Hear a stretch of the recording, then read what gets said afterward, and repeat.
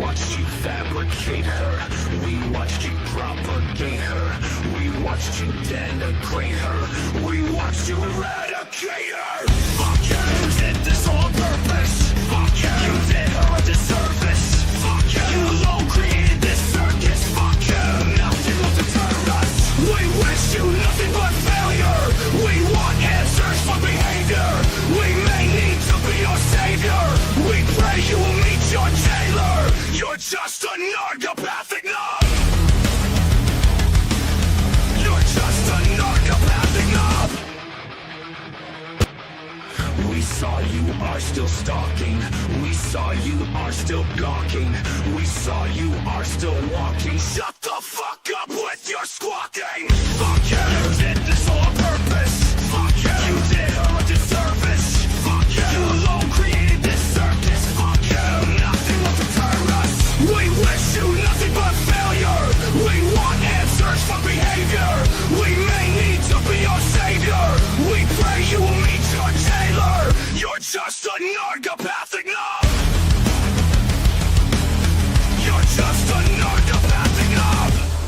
For every misdeed done for profit, for every lie and threat unveiled, may the sweet Lord you hide behind turn against you tenfold, tenfold.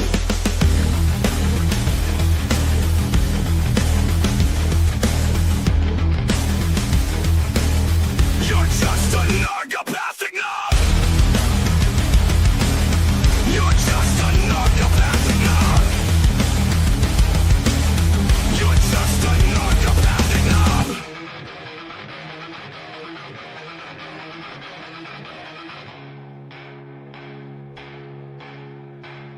For every misdeed done for profit, for every lie and threat unveiled, may the sweet Lord you hide behind turn against you tenfold, tenfold.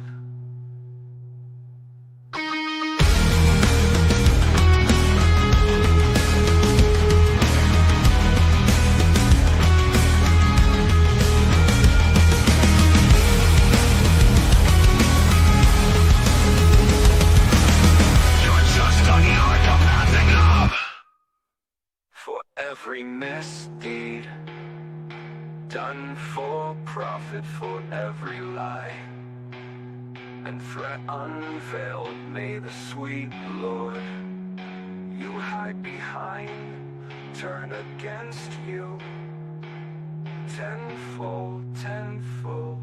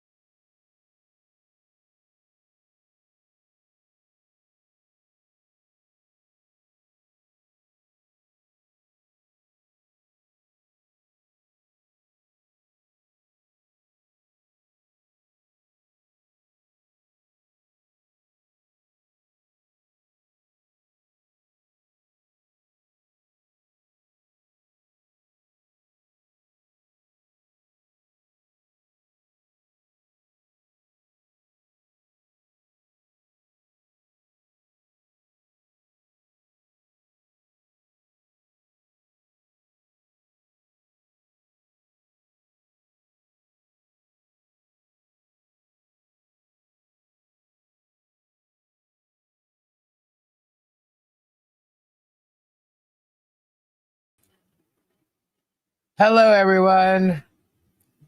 Happy Tuesday, I guess. That was definitely a powerful intro. With help of MoMagic. MoMagic actually created that. And it's very powerful. I hope everybody got it and understood why this was played today. Hello, everyone. Hi. There's MoMagic. MoMagic. Magic. Gabe's here with me right now. you always get into that. MoMagic. You always have to do that little dance when I do that. I guess I don't know. What? A kid thing? Yeah. No. I couldn't understand where I can understand why I did it either. It's just like I guess that's a trait I got from my mom. 'Cause my mom used to do it all the time. Yeah, there was no. It was meant to have no sound in the beginning. So everybody's saying hello, Gabe. Hello. Hi. Flood, Connie Shay, John Caps, Lucy from Vermont, Jamie Aragon, hello, Marla, Peb, Shellbell, Frank, Noel Breeze, Ruth, I gotta get some new Mindy. glasses so I can name off the names too, because it looks like Hebrew from here. Does it? Yes. Helen, George, Linda, Christine Anya, Joy, Jackie Ridge, hello, Amy Bates, hello, Becky, Ernie, Funny Sunny, Tammy, Hannah, hello, Nine Chins, Strictly, what's going on? Let's see. Yeah, if I had glasses, I'd run past you with the name calling. Probably. Pandera, Sandman, hello. Tammy B. Did I say Tammy B already? Pantera, huh? Pantera? Yeah. Pandera. What is it? Pandera. Vandera? Oh, it's not. Pandera. Oh, it's Pandera. Well, that's how I'm saying it. No, that's how I'm saying it. Oh. Strat Lover, Bonnie, hello. Silverheart, Wendy, hey.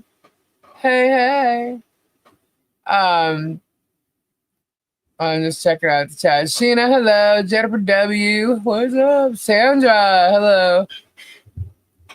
Tanya, Ghost Lady, hello. Dave Chappelle. What? Yeah, they were making the ghost lady. So I went, woo. Sandra West, Kim, hello. Martha Dodge, what is happening? So I posted a link right before, a little bit before we were going live. Did y'all go over and check out that link I sent? There was a short that came out today that was so powerful. And, this person got served and we went here, and with the help of this this other case's plaintiff, who is not in court for a really good reason. I guess most people aren't, but yeah, he's going in court for being a bad boy, a really bad boy. But anyway, if you saw the short today from the Germ, and then you go over and you click on that link that I posted in there, and you see how Germ lied his ass off again. Wow, how believable was Germ's thing? I'm like, oh my God, Rich actually got served. So I emailed him and I said, hey, is it true? Did you get served? No. You're a fisherman, can't chat. He can't chat? Why? I don't know. That's what that green box said. It said he can't chat? Yeah, I don't know. You might want to go back and look at it. Hold on. What? Oh, bearded fisherman can chat. Check on it, please. Oh, okay. Thank you, Marla. Hold on. It's gonna take me a minute to do that. He's not blocked, so no one would have blocked him. Hold on. I'm trying to look after bearded fisherman. Of course.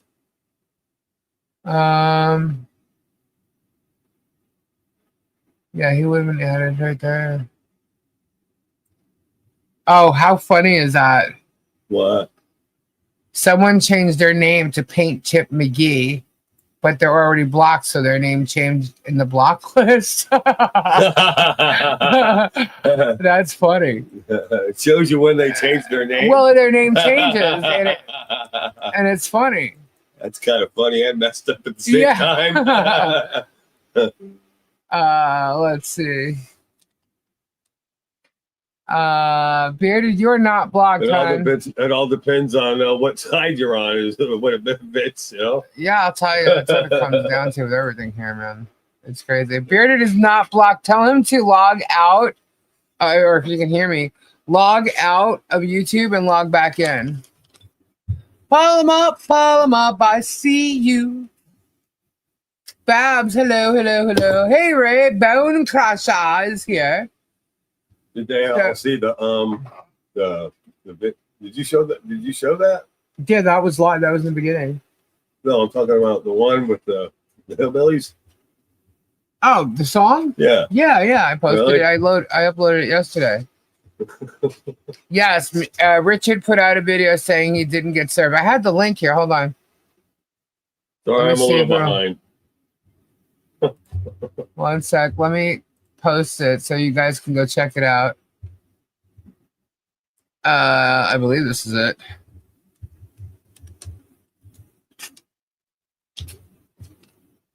That should be it. Y'all can go check that out for a minute or two. Not a long video. Turn up your volume, Bearded. Oh, well, wait a minute. Why you turn up the? He says he can't chat. Please, did you get my email early about Leslie? Yes, I did. Rich is here and was hoping you'd play it. Well, I would if there wasn't a photo in it and I didn't get to like block it out. There's a photo in it that I can't show. Hello, Elizabeth. I know some people would think yes, you can, but I'm being like stalked as far as warnings go and all that stuff. So I'm trying not to do that. That's why I'm sending you the link so you guys can see. Here's Robbie. Hello. What's up? Oh, look at that picture. Is that the picture of the 10 Commandments? That's it. That's it. Right there. Yeah. How weird is that? What's that? Yeah. What? What's that? Hello, Marla. Well, because he was driving and, a lot of this is going on. And, sometimes you just sit back and say, why is this happening? What, God, why are you allowing this to happen? Show me a sign that man. I tell everybody, whatever you believe, you believe. Right. Whatever. Hi, Ray. Hi, John Caps. Hi, William. Hi, Tammy B. Hi, Crimson. The Revelations. Hello, Strat Lover. Yeah, you should read the book of Revelations in the Bible. It's hello, Sherry. Hello, Hannah. Hello, Carol Crazy. Hello, Georgia. If I should be an asshole. Scary. The book Hello, of Revelation is scary. Martha. Elizabeth. What did he? Chin, sir. I didn't see. Are you talking about the other night? Or are you talking about like tonight? What? Super Dave's. Super Dave's here. Hey, what's up, Super Dave? And he was saying that I wonder if he should be an asshole. And said, look, you know what? I didn't copyright strike anybody until Shara literally took the logos and used them as a thumbnail. Okay. I was like, you know what? This is it. And it was just on her premiere. It was just her premiere that I saw the thumbnail. And I was like, look, she's trying to profit off of like our logos and stuff like that. Like, cause she's monetized, right? So it's like, you're not going to profit off using, my stuff, let alone that's a logo. It's not even like the fair use, videos that everybody's claiming and stuff. So I'm like, you know what? I'm like, this is bullshit. So I copyright struck her just on the thumbnail because the video didn't even air yet. I was sent a clip where he used thumbnail from my video for the Hello, only video. Hello, Mother really? Well, Bird. then I would go ahead and do it. I mean, that's up to you. But you know what? How far it goes, if you fight track or whatever, you have evidence that they've done it. So, Tammy. That's how I feel right now. Everything is evidence in all of this. So. All right, let me just say hi to everybody so I quit interrupting you. Hello, everybody. Please. Hello, everybody. Hello. This way I'm not interrupting you. You interrupted Gabe. Sorry. Mike, hello.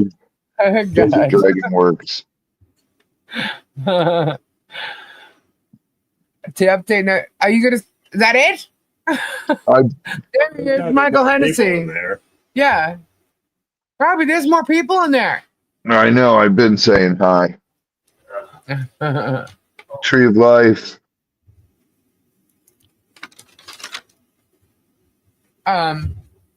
Mindy, Flut, Bonnie, Yeah, you might Ludacia. want to wait till next week's Dave. What? When I should talk to him, there is no need to bring in his content or looks, right? Well, that's just it. They need content, so they have to have something to show, which really they don't. Now, will you please fill me in? What's going on? He served Richard? Well, he did a short today, and he came out with it as like, "Oh, breaking news" or some shit, or "busted" is what it said. Busted. I actually looked at the shorts before because I had to record all his shorts just to prove, this is about deuce. I'm like, oh my god, this guy's obsessed. Anyway, so it said busted, and he said that connecting with the plaintiff for the case, the federal case that's happening right now. They found out basically where Luthman was and served him, and he's been served. Called him. He was saying that he was dodging things with all these addresses, fake addresses and stuff. I'm like, what is he talking about? And when he started using the word dodge, I'm like, who's dodging? You know what? If you don't have his address, how is he dodging anything? Number one, But when he said dodge, I thought he was talking about you. Anyway, it was real quick, and he just said that he served Rich. And then he went on to say who he's serving next. And, this big dramatic, thing about Wisconsin and something about Target. I don't know. So, anyway. Wisconsin and Target. What? Yeah. Yeah, I don't know. I don't even know what that means. So, yeah, you could tell he was lying because he was talking. But like I do, I vet information. So I emailed Rich and I said, hey, were you served yesterday or today or whatever? And he's like, no. And he said he was in court for 2 days. And I'm like, no shit, you weren't served. Oh my God. And I sent him the link to the short. I don't know if he had seen it. I sent him. That's I'm like, insane. Liar, man. Yeah. So he's lying about this again now. Every day. Lied after lie. And then he's got these other assholes doing it.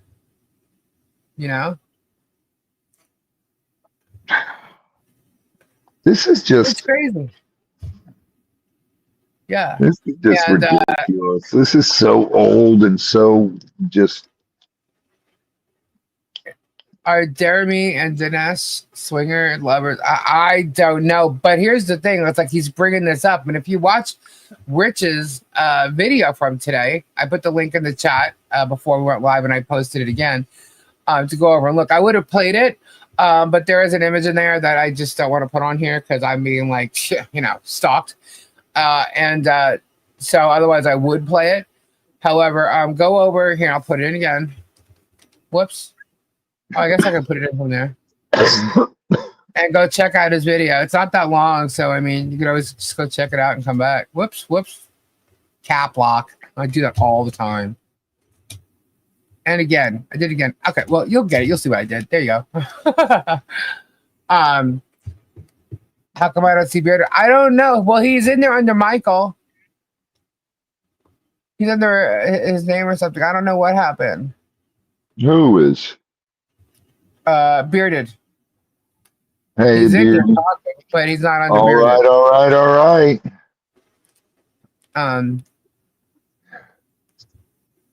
Yeah, you saw that too. I was going to touch that too. There's so much to talk about tonight. I know people have a lot of questions in regards to last night. Ali definitely knows what board is. That poor woman. Yeah. If anybody read my post today, I was just like, this is bullshit. I know, like, you could warn someone, like, look, this is going to happen. And she saw pieces of it. She got it. But let me tell you something. It was brutal what they did to her. And not only that, they did it one right after the other. They did one for 3 hours, and another one came in for another hour and a half. And then another even later, and I didn't even go watch that. But when I got off the live last night, I went and I recorded well, it was Megan's actual. She should watch herself because she could lose her YouTube channel because she's been removed a lot, and she also went like unmonetized and stuff or something because she was bitching about it. I don't know.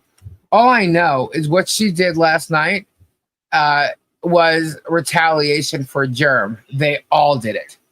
They didn't do it just on their YouTube channels. They went into Facebook because, as you saw, there was a group created, which is now removed, by the way. There was a group created in her name from that Ania chick.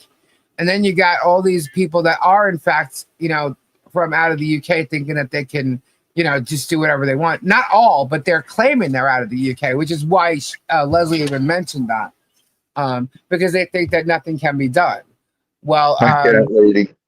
Hi, MZ Mustard. Leslie did go to the authorities today. She let me know she was going. Leslie did, in fact, and so don't listen to Tug and Megan because I've already heard this when Megan was live tonight. And not that I watched it, but I already got I was being told what was going on. YouTube did not remove Leslie's YouTube channel. Leslie removed it herself. Okay? She removed it herself. She was not, and this is what cracks me up about Megan's live last night because she was going over like the filing and stuff and mocking her left and right. She told all of us she doesn't care about her YouTube. Yeah, she doesn't exactly. She's not monetized. She doesn't want to be monetized. Yeah. So that was not her purpose. Her purpose was to help. She wanted to educate people on the law in this case. And in doing so, yes, Michael Volpe brought it to her attention. She interviewed him. She asked to interview Megan. She asked to interview me. She asked to interview, I don't know who else she actually contacted, but I know she contacted Megan, and Megan ignored her. And last night she's like, I don't have time. Like, you're not even relevant or whatever. I'm like, then why are you bitching? If she's not relevant, why the hell are you guys attacking her? There's my big ass boom for that. If she's not relevant, why in one evening did every one of the minions under Jeremy Hales one by one go back to back and attack her with sharing of the information and knowing what the next one going live is going to be doing? And not only that, Megan went into Shizzy Whiznuts and made him repeat his little open letter bullshit, which is filled with fabrication and lies. And yes, dude, you really are an idiot. So, that happened. And then he goes and shares, goes to the expert. I don't even know what the expert said. Don't even care. I had enough. Okay? Because listening to that bullshit last night was absolute defamation, harassment, bullying. And I'm so glad that that's recorded because she can't change shit. She gets so scared that she'll go to Rumble to make sure that her channel don't get taken down to post something that she knows isn't good. And she said tonight she's sitting there saying, oh, this is going to burn. This is going to burn. She's dressing up Muppets, okay, to make fun of Leslie. Okay? That's sick in the head. Well, the funniest part about it, you can call it a Muppet, but all Megan is a freaking puppet. She's a puppet. She's been a puppet for months. Her, Tug, all of them.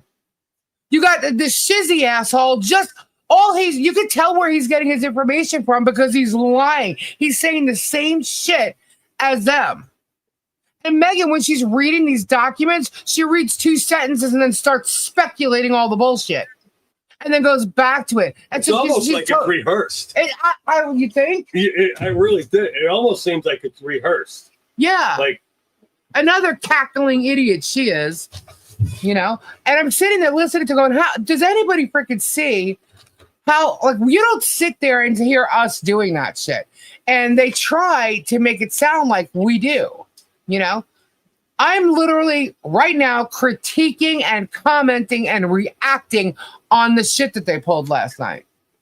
But what I can tell you is all that bitch does is speculate. And I can call her a bitch. She calls Leslie a bitch. I'll call her a bitch. Okay, what she did was horrendous. My guess, you guys ever see, what was that movie? Oh my God. Peggy Sue Got Married? When she's younger, they're in high school, and there's this chick in the back with a always trying to be the reporter or whatever. That's who Megan reminds me of. You guys know that character who I'm talking about? She reminds me of that. Like, she wasn't one of the mean girls. She was someone that wanted to be a mean girl. You know? She wasn't in the popular crowd. You know? But anyway, that's what she reminds me of. But anyway, like, it was such bullshit last night that they went, and they're trying so hard. They're saying that her husband, you know, there's a divorce and her husband did this and all this crap. Let me tell you something what I did. First off, when I first met Leslie, I went to the bar and I saw what was there. Okay? Big deal. Okay? The girl knows law. And if you knew and you listened to what happened, she's very transparent, she'll tell you. But what I did do is I went today and I looked through these cases that were in Orange County. Right? And they're saying this one filed the case against her, this one filed. Let me tell you something. The cases that I found were filed by Leslie. Okay? A divorce, they said her husband was trying to divorce her. No. A divorce was filed by her. If they reconciled, they're reconciled. Is it any business of yours? No. Okay? So, but it's filed by Leslie. Filed by Leslie. Leslie don't take to being pushed around. And that's what I found. What'd they find? Hello, Mike. Dude, this is crazy. They're making fun of the way she looks. Mm-hmm. Well, that kind of cracks me up. That really cracks me up because Megan's jaw and teeth are bigger than Leslie's lips. Okay, so Megan has no right to sit there and mock anybody. All Megan is a big ass freaking jaw. Hold on, can I ask you a question here? What? Why the insult? That's what I'm saying. It's bullshit. That's I what I'm saying. Like, kitchen. I'm saying you're listening to me. Like, what the fuck? What's with the insult? What does the insult prove? Gabe, we're in third grade now. Huh? We're in third grade. That's why. It doesn't make your argument any valid. Yeah, but it's like she's trying to knock her wide because she's prettier than you.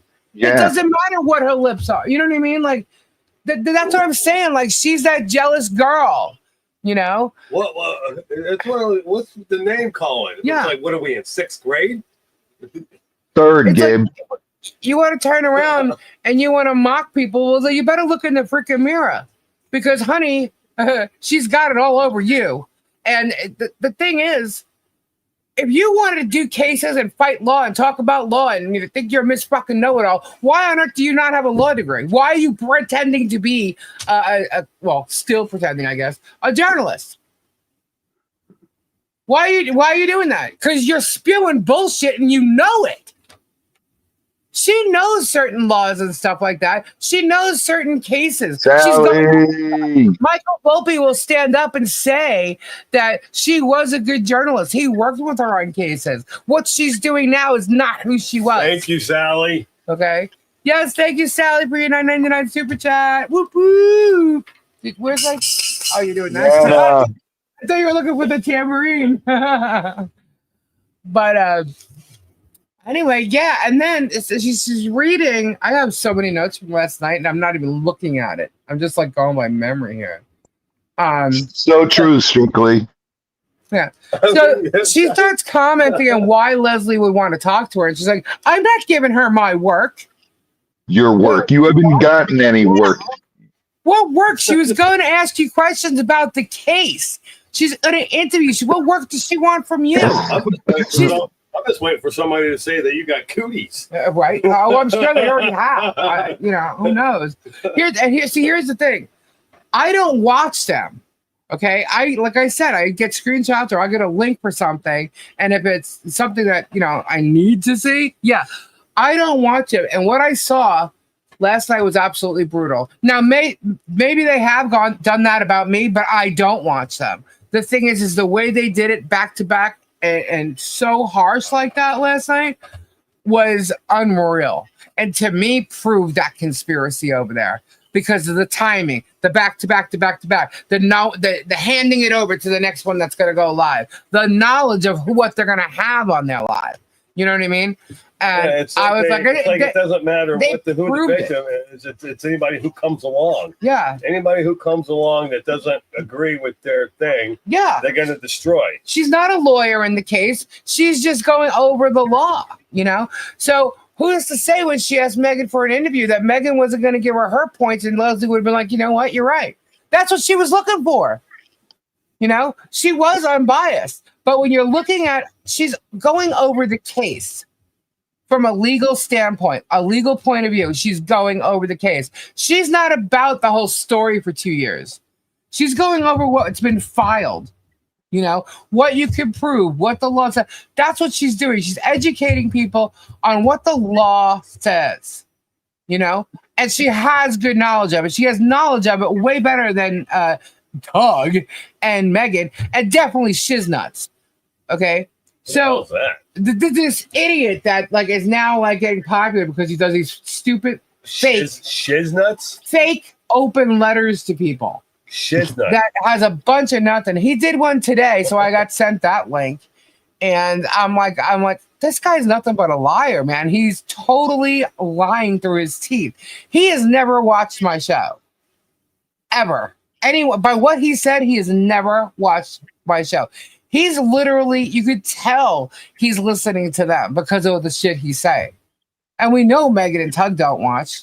They pulled up a transcript of one of my shows from the other night or last week or whatever. And they're like reading, speculating bullshit the whole time. I'm like, wow, man, why are you reading the transcripts? Because you think that's what's going to be important in the court?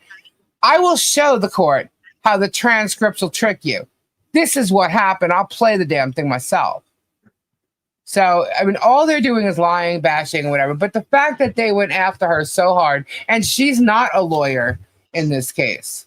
She's not, you know, saying what she sees and whatever. I mean, they jumped her, and she's not kidding. She's not playing. Jeremy did in fact defame her on his live the other night. And Megan's sitting there last night saying, oh, because you're suing somebody because they called you a Muppet? Hold up. Did Jeremy call her a Muppet? Because I didn't hear that. I didn't hear the Jeremy calling her a Muppet. I think maybe I was too shocked or something. I don't know. But I didn't hear the Muppet. That to me is not what caused the defamation. Okay? The defamation falls where she said that she was disbarred and tried to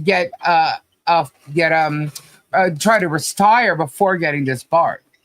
Okay, that's where the defamation is. Okay, and they're saying, oh, well, anybody could have thought that. No. Jeremy had the facts. Leslie provided the facts to exactly where he got the information from. So he knew it was bullshit. He purposely said what he said. Okay, and there's proof of that. So, dear Megan and Tug, obviously you don't watch your buddy long enough, or you're just trying to spin your bullshit. But everybody knows, even Jeremy knows that he knows law better than anyone. So he should have known that she couldn't retire in lieu of a bar.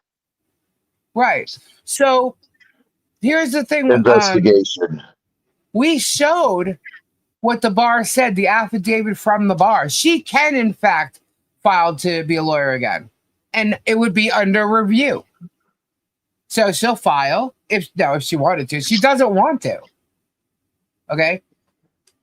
She explained last night why she became a lawyer. Do you realize that these assholes literally sat there knocking anything she's gone through, calling her bipolar, calling her all this, says she needs to be, mentally evaluated. Really? First off, just because someone's bipolar doesn't mean they can't hold a job. They can't have a profession. It doesn't mean they wouldn't be good at it. Okay? Doesn't mean it's not normal. Doesn't mean anything. You don't even know what her condition actually is. Or if it's listed somewhere, you don't even know what it entails. So for you to sit there talking about any type of medical record, she is in fact ADA protected. So I really think that these people, they won't even care. They won't care. They're just like, oh, well, we're going to, slap a countersuit, and even Jeremy today. Countersuits coming galore. Really? Okay, well, bring them. because your case has no merit. None of the cases have any merit. And, what is Megan bitching about? She's bitching about a video that was done in satire, parody, right? Which she does. She puts people's faces on, big ass blobs and big like Shrek looking people, and that's what she does. Yeah, but she didn't even do that video, right? No, Leslie did not do that video. That video didn't come from her. And I went back and I watched it, right? And I'm like, why is she so pissed off? This is done in satire, the same way they praise DJ Radis for doing things. Okay, the same thing she does. She's just pissed off with the way it works, the way it looked, right? Leslie had no idea what was going to be shown. Okay, and in fact, the Take Me Down act that was just signed yesterday, I believe, was it yesterday or am I a day late here? No, this is Monday. I think it was signed yesterday. Would mean that something like that would have to be taken down. So, okay, fine. Or well, it would appear that way, that it would have to be taken down because it states something doing anything in a sexual nature that is done in AI, even though I don't believe that was AI, but done in a way of them doing something that isn't real, that they weren't really doing. So that probably would have been taken down anyway. But anyway, Leslie, if you're watching, she had no idea what she was going to see in the video, right?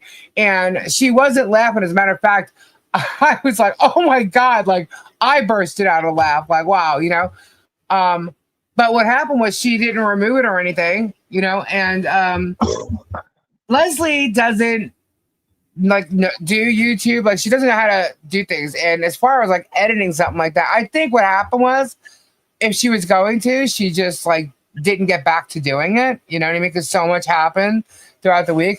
So I don't know. But either way, Leslie just decided, you know what? Don't care about the YouTube. Don't. She said that last night, though. So this morning, she just took it down. She doesn't care. She said that last night. She didn't care. Hi, Storage Brats. She didn't remove the lawsuit. The lawsuit is there. So, yeah, she's just not playing. She's not playing these games. They want to. The more they mock her, the more shit that they pull and talk about and say, the more shit she's going to fight. So keep doing it. They'll end up being the Jane Does. But, and some people may have thought, well, oh, she was pretty quick to judge and go do that lawsuit. Really? Well, maybe you don't realize what happened from the time Jeremy got off his live and said what he said and then responded to her. You don't realize what happened and what was found by the morning. And that was enough. So that shit needs to be stopped in the bud. So what, nipped in the bud. So what they do, they all gathered together. Jeremy probably made a phone call, said boom, boom, boom. And they all went haywire and brutal on her ass last night. And that's exactly what they did. They should be ashamed of themselves. Okay. They proved conspiracy right there that we've been talking about this entire time, and some people are trying to say, oh, I blame Mike Volpe and Two Lees for bringing her in and this happening. I'm like, excuse? First off, nobody forced her to do anything. Okay. Leslie knows what she's doing. Okay. Now, did she know how brutal these assholes were going to be, like so fast like that? Like, no. Probably not. I was shocked at how they did. Yeah, I was kind of, and I'm used to it. They got on her quick. They did. They jumped on her. She what? A week and a half? Like quick. That was crazy. Yeah. So it was like, wow. Because she's a threat. She is. She's a huge threat. Took to her like a pack of wolves. Because she knows the law, and she was talking about the law. And she doesn't 100% Mother Birds. It was mob mentality on her. Yeah. They did. They went after her like that. Yeah. And now, so I can't tell you what's going to happen next. Gang cyberbullying. Absolutely. and she knows those Now, if laws. she comes in and rings them all new assholes, you can't blame her. No, not at all. Trust me. But the one thing that, she may have dropped all her socials for a good reason. And that's, fine with her. Hello, Kim Shu. Is still in existence. Hey, Robbie. Unless anyone gets offended. Hey. Did you hear about that 13-foot sturgeon they spotted in a river in Maine? No. 13 foot. That's crazy. That is huge, dude. Sturgeon. They say they get bigger than that. Some people say they get almost 20 feet. I've never seen one over 10 feet. Remember, they're actually saying that the Loch Ness Monster might be just a big, huge sturgeon. I don't know. I don't know enough about fish. The biggest sturgeon I've ever seen personally is 10 foot. They had one. They found it in Maine in a river at 13 feet. Damn, bro. It looked like a dinosaur. Lucy, hello. That is amazing. Leslie, obviously. Suzanne, it was in Africa? No, sturgeon don't live in Africa. Sturgeon's North American fish. Oh, sorry. Huh? Anyway. So, yeah, last night, Megan became absolutely unhinged, especially when she got the cease and desist from Leslie. She did not like that. Well, what do you expect? What would you expect? Okay. She thinks you're allowed to talk about this. You're allowed to do that. Let me tell you something. Everybody does have the First Amendment, but there's a difference when it's about First Amendment rights and harassment. There's a difference. You know who told me that? The law. And they went overboard. Each and every one of them went overboard last night. And she's trying to say that Leslie defamed Megan. No, she did not. Hi, cat lady. How did Leslie defame Megan? She didn't. She didn't at all. She didn't defame her. Megan's reading this filing as if it was like she was the one being sued. When it got to the point where they were talking about, profiting off of, Hi, Terry.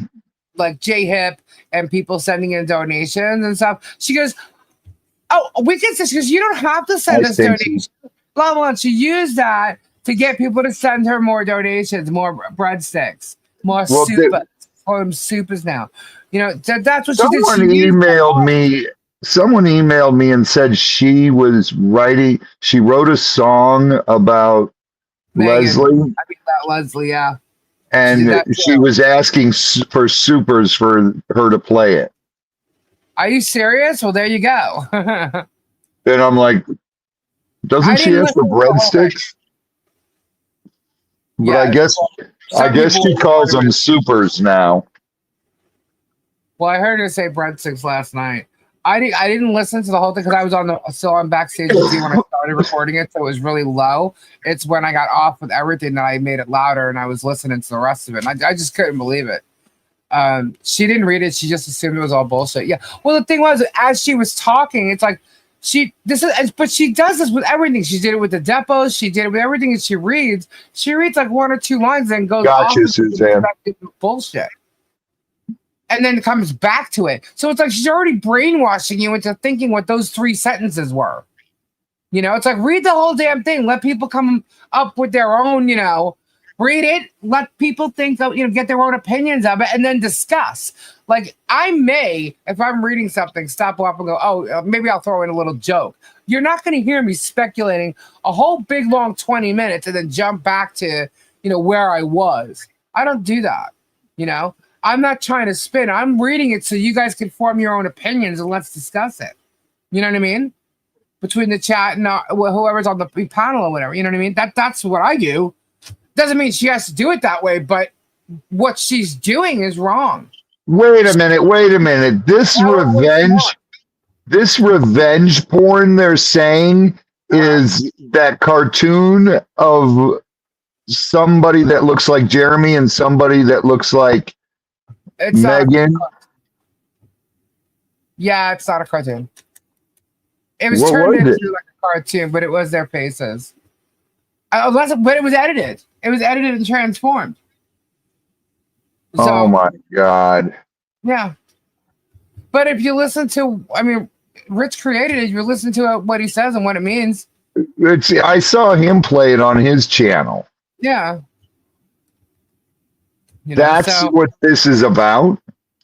Well, that's what Megan's pissed off about because Leslie showed it. Now, Leslie didn't know what she was going to be showing. Go after Rich. Right. Well, Tug admitted he's the one that went after Rich and got it shut down or removed or something. Tug's the one that said that. He was like gawking at that.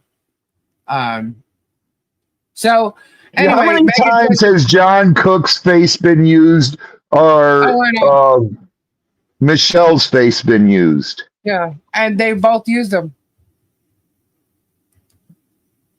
Both Megan and Tug have used their faces. Yeah, put them on, prison gear, clothing, things like that. Yeah. Put them in all different kinds of situations. Mm-hmm. I thought, wait a minute, this is crazy. Yeah.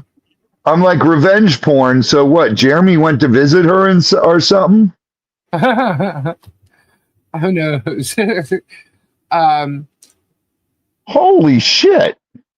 Yeah. So Megan also said that she contacted the bar yesterday, the Florida bar, and she spoke to them about a permanently retired attorney and what that means, and can they, file to, use their license again. And she was told no. And I'm sitting there going, okay, well, that's funny because the Florida bar affidavit in regards to Leslie says otherwise. Okay. So you may have spoke to somebody who answers the phones there, maybe a law clerk, who knows? I have no idea who you spoke to, but generally that's probably the answer and the answer you got. But I'm pretty sure it's on a per case basis. Lisa, I will say it again. The Florida bar affidavit and what it says. Maybe she didn't grab that, or maybe she did and she didn't decide to use it because it said what it said. She tried to use everything else to fit her narrative. So go ahead, Robbie. What were you going to say? I said it earlier to you, and now I forgot what I said, and we were both laughing about it. And you go, I'm going to steal that. Oh, shit. You're right. What the hell was it? I forget now. And it just hit me, and I forgot it. I said you better hurry up and use it, otherwise I'm going to. Yeah. What was it? Oh, my God. I forget now. We'll figure it out. It'll come to us. Yeah. So anyway, bottom line is she was not disbarred. She knows law, and she was here to help educate us and go over the case. And that's what she did. That's what she was doing. That's what she was trying to do and see it from another point of view. Megan refused it, said she wasn't relevant. Well, guess what? I guess she became real relevant because now Megan's profiting off of content on her and profiting off of mocking her and making songs about her and the whole thing. All within one day. Did it. Boom, boom, boom. That's what she probably spent her day doing yesterday. Why? Because she got a phone call. Yeah. Better save that call, Germ. Don't delete it or hide it or anything. Anyway. So, all I could say is they've not observed anything that's transpired over the weekend. Tom, for them to be why do we have to stop? They're taunting from other countries for the YouTube. Yep, they sure are. But yeah, this whole Muppet thing, it keeps referring to the fact that like Megan thinks she was defamed because she was called a Muppet. No, you dumb bitch. Why are you saying? Yeah, spoilers, that's illegal. Trust me, Jeremy's definitely deleting because Jeremy likes to set people up. Jeremy talks to people. We've already proven that. So does anybody deleting anything because he likes to accuse people of what he does? It's him. I've got nothing to delete. There's no emails from me between anybody that I have to worry about at all. I've got nothing to delete. I have my emails and stuff from my channel since I created the name. There's nothing I need to delete. I don't have to worry about how the conversations I have with people. You know? So, I mean, now whether or not they're going to get their hands on it, you know, I do business, so, and they're not privileged to that. So, they think they're going to somehow be able to, but no, they're not. Anyway. So yeah, so they're saying all this stuff. They've not been, privy or observed anything that's going on. And we know this because they don't watch. They don't watch. And if you don't want to watch to vet your shit, then you're going to look like an asshole. You know? But yeah, she was like literally acting as if the lawsuit was against her. And I'm like, she has nothing to do with the lawsuit. She has absolutely nothing to do with the lawsuit. What else? She just kept calling her lips, and I'm thinking, should everybody be calling you teeth, jaws? What? I was jaws. Like, yeah. I'm sorry, but her jaw is huge, and she's got a huge amount of teeth. And when you look at her, that's what I see. So if you want to sit there and say you see the same thing, does Megan even realize like another reason why these men are talking about those big lips when she says that? So does she realize? And she's talking about, like being a female, and then she's making fun of like everything the way she looks. And I'm sorry, but she looks way better than Megan does, in my opinion. Anyway, this whole thing was not about Megan, and Megan tried to make it about her. Crazy lady. Jabber Jaws. There you go, crazy lady. Jabber Jaws. What was interesting, though, is in watching that last night, seeing the people in there who commented. George Wendt died?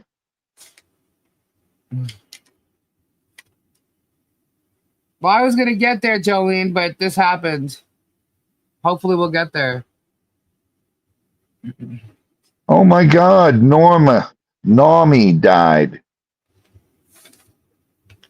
She took her account out. Leslie removed her YouTube channel. Leslie removed her YouTube channel. YouTube did not remove her YouTube channel. Leslie did it. Kenny Rogers died too? Where have you been? Kenny Rogers passed away a long time ago. Nuh-uh. Yeah.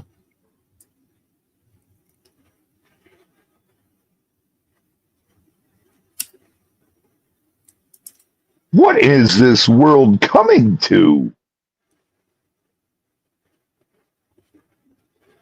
The Hodunk say Leslie is not relevant, but just spent 2 hours talking about it. Exactly, Jared. They did it last night too. No, she's not relevant. She wasn't relevant enough to even, who are you with your 7 subscribers? What they said as far as asking for an interview. I'm like, she's an attorney going over a case. Oh, I'm sorry, a retired attorney going over a case, like to do like the analysis of it. And if you wanted to be part of it, you could easily have been and given their side of it.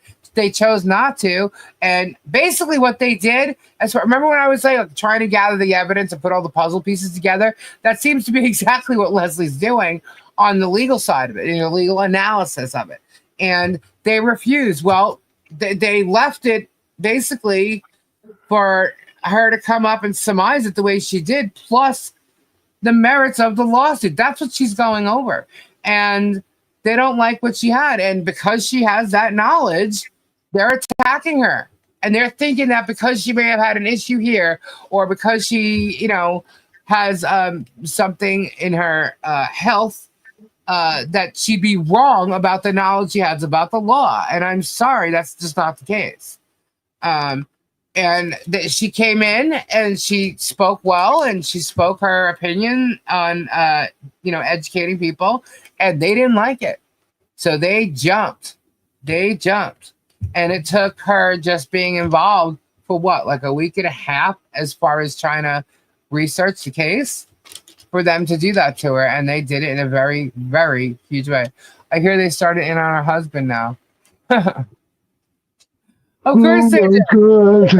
piss her off anymore, so they're gonna go after her husband, right? That's what they did to me. Why are they shocked? Why don't we go after Megan's husband? Has anybody done that yet? Does Megan have a husband? Well, she has a husband apparently, and 3 kids or something that she homeschooled. If that's the case, I feel sorry for the kids. So do I. To anybody, because if she's teaching them what she does, who does this? She's actually a nasty girl. She's a nasty girl, a jealous girl, and she probably became a reporter so that she could talk shit about people. Because that's exactly what she's coming off like. And she probably latched onto Tug because he had more followers than her. And he's another idiot saying he's a counselor and writes articles about bullying, and yet he's online bullying people.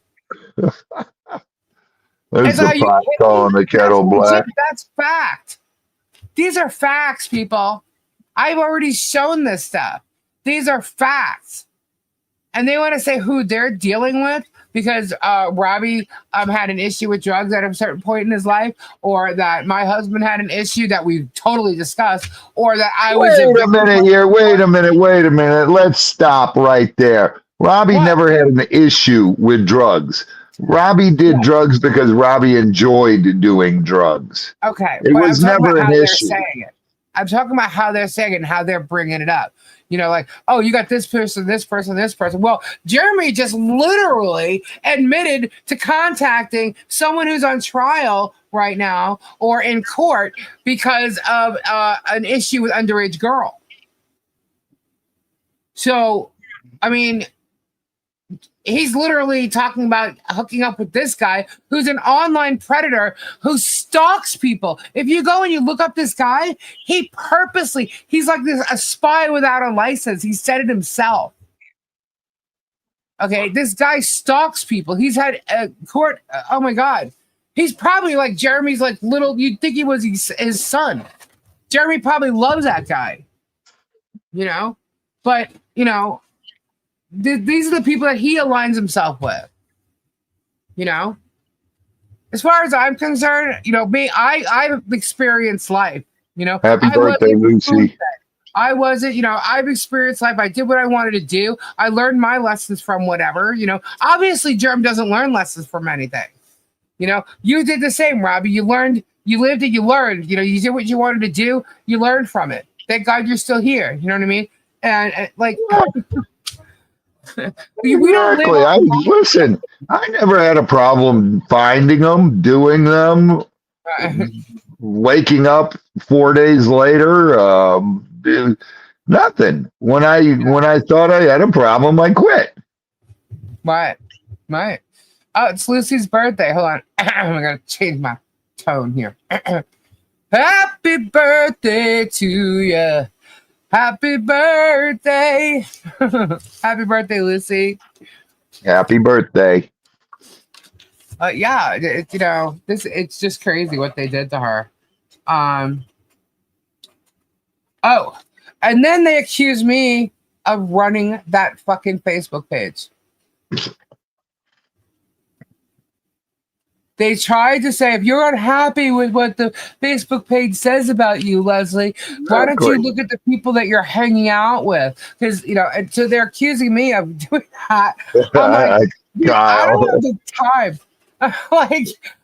First off, I would never do that, Kyle, that's not true. Sometimes I had to drive down to Cedars to get them.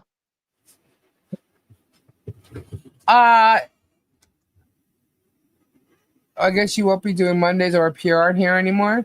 I'm not saying that. I don't have an answer for that. As far as I know. That's right, John. It's still the same.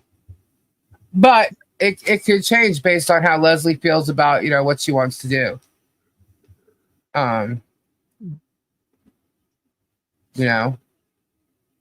So we'll know more about that at a later date. So let's see. Oh, they started talking. They're still trying to say I'm a fraud or whatever. They spun a donor and fundraiser for his content. And, oh yeah, so he did mention something about right, Dave? Me either.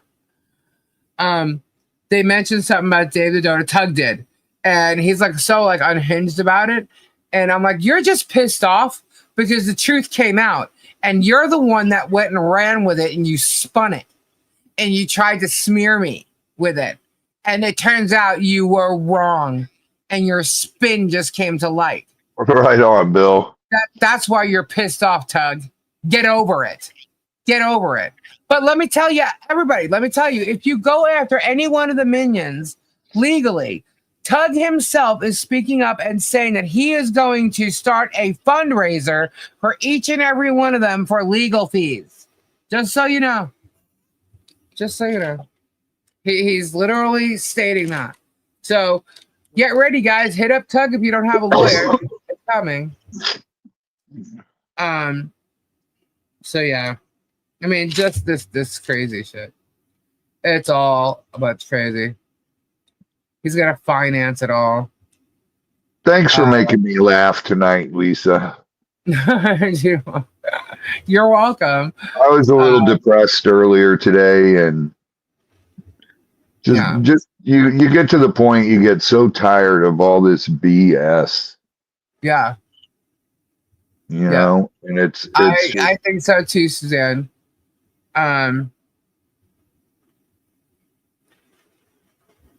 It's just funny that like they're trying to say we're conspiring against them or we're conspiring against Germ. Meanwhile, we're completely like individual like channels, you know. It just so happens that we agree with the wrongdoings that Germ is doing, right? And no matter how much we try to investigate and find out what's true and what's not, there's always a threat there, or you know, Richard, 100. All like got together and decided, hey, let's do this, or we're all calling each other. What they did yesterday, they think we're doing, and that is absolutely not true. What I can tell you, I did do is when I heard Jerem spew bullshit today about Richard getting sued, or I'm sorry, Yes. Richard served. I emailed Richard and said, is that true? Richard's in here. Hey, Richard, how was it getting served in court yesterday? Yeah. Why would he even lie about that? Like, he's got to prove that Richard was in fact served. I was served with imaginary process. Who was on their knees in front of you and served you?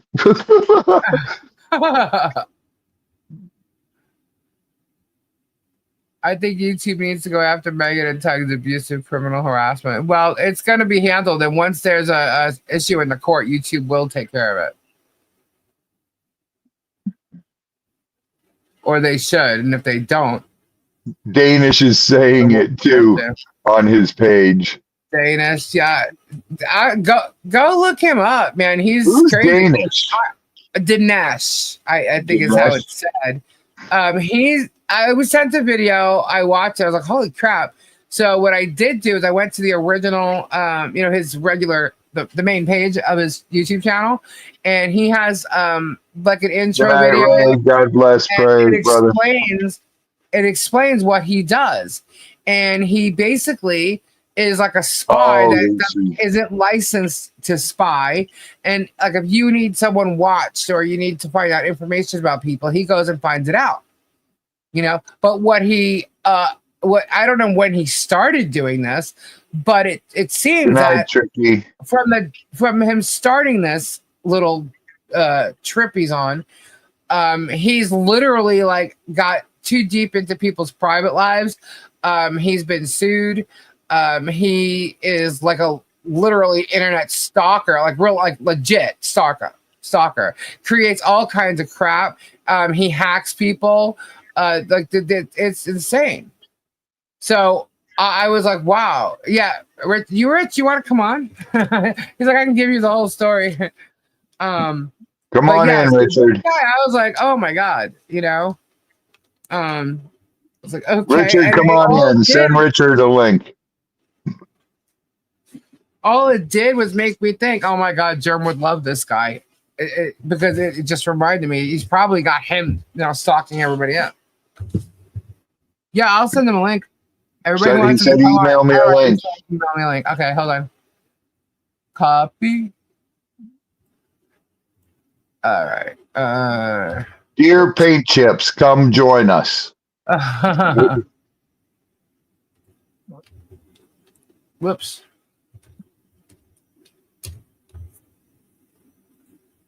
Hold on. All right. Sent. All right. All right. Tori's okay. She's got to build up her strength and everything. Yeah. Now you have to remember, she is a lawyer, so she's got to look at, okay, how is this affecting me? How is this going to, is in fact she didn't know what the hell, what revenge porn are you talking about? Because that video was like parody satire, but even as she watched it, Leslie wasn't laughing. I don't know, Super Dave. And Megan let everybody think that she was, and she wasn't. I just saw Rich put his name as Paint Chips one time. Yeah. He calls Richard Paint Chips. Who's Darth Touch? I don't know who Darth Touch is. Let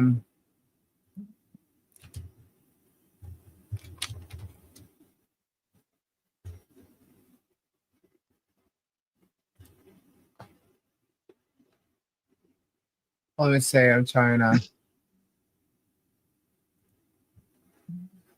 Let's see. Hold on. Sorry, guys.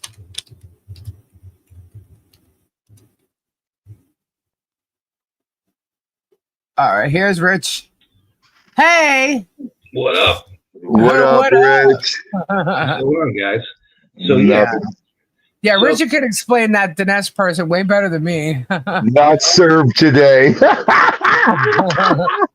Oh shit! So here's what we got going on. So I'm covering, the two cases that I'm covering for, and the two stories I'm covering about woke cancel culture are Jeremy Hales and Dinesh Nashirvan. And so it looks like they've teamed up, and they're both like Florida cases. So I stick this stuff close to home. But, I'm in Fort Myers Federal Court. It's like 10, 15 minutes from my house at the most.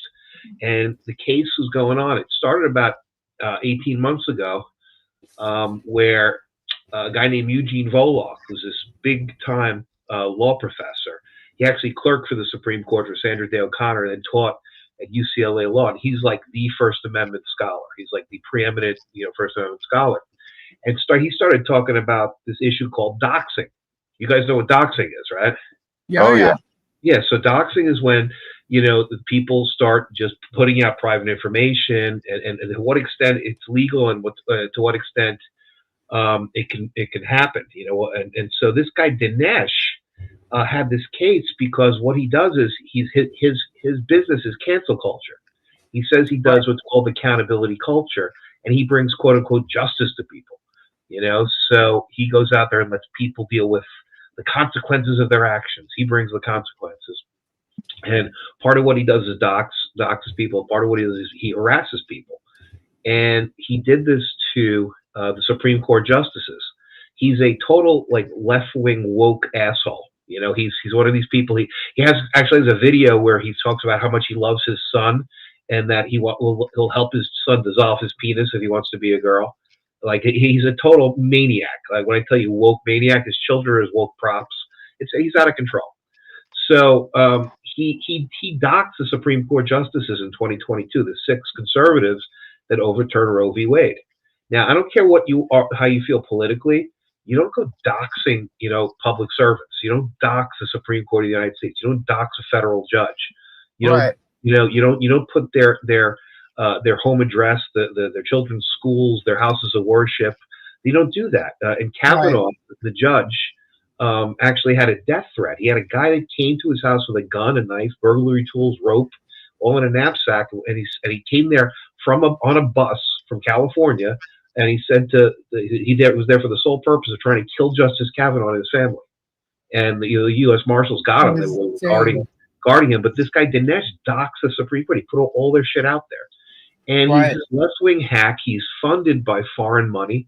So he's funded by the Chinese Communist Party, and he's funded by George Soros and all that other shit. He's a useful idiot. He's a total narcissist. He's just like Jeremy to that extent. And so they use narcissists like that.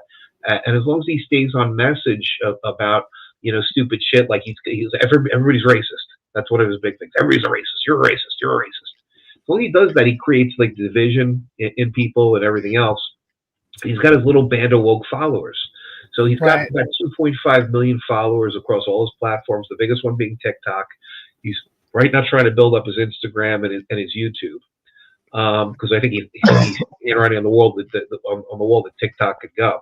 But he basically he's in this lawsuit in Florida against Jen Couture and Ralph Garamond, and Jen Couture was in a Dunkin' Donuts parking lot, and she got into a little tiff with I like to call it an argument with another woman who was there. The woman pulled out her phone and started trying to video her. Jen knocked it out of her hand, and then when Dinesh got a hold of it, he started his little cancel culture army. So the local police got like 500, 600 calls a day telling them to arrest this woman. The state attorney's office started getting things, so they ended up arresting her and charging her with a crime for touching the woman's phone. It's like a bullshit thing, but he brings his own justice at this point. So what we found out is he uses like AI, and he has like mentally ill people behind computer screens in like mental institutions that have like 20 sock puppet accounts. All these different fake accounts that they use. Well, he's got a lawyer down here named Nick Chiappetta. He's the guy, if you saw my video, he's a little big fucker in the video. So he's the one who looks like a fucking, I don't know what he looks like, a squirrely fucking goat fucker. Anyway, the motherfucker's, he's in Lake Worth. I guarantee he's probably talked to Shockett up where the fuck he is where the fuck is Trenton, Florida. And they're trying to like compare notes, because they're like the same type of little goat fucker, lawyers. They're just shitheads. And so they're getting together, I think. And it's good for me because it makes my life easier, because I was writing different stories about Hales and about Dinesh. I can write about them all together. Fuck it. They already have a media pact in place to try to get their audiences together, because I guess Jeremy could use Dinesh's audience, and Dinesh could use Jeremy's audience to build on YouTube. So, oh my God, if Jeremy actually did connect with him, like, and with all the followers, that would be not good on him. You know what I mean? I don't think it would be good. I think, because you have to understand, Dinesh is a pedophile, in my opinion, because of the fact that he has an OnlyFans page, or he had an OnlyFans page, and on that page, in depositions a few weeks ago, his wife admitted that she was on his OnlyFans page, and she was there with other women. So I blew my husband on my OnlyFans with another woman there. She never knew she was on OnlyFans, or at least she said she didn't know. They never did model release consents, and so when you do commercial pornography in the United States, the law is that you have to have a consent on file, and so the consent on file has to be there to protect women from being exploited and to make sure there's no children in the thing. That's like if you ever watch a porno, they have like the custodian of records is this person and blah blah blah. Right. Those records, even if you're on, OnlyFans, you got to do that, and he didn't keep those records. So you got to say to yourself, if it carries a 5-year federal penalty potentially for not filing those records, not keeping those records, why would you not keep those records unless the crime was a lot worse?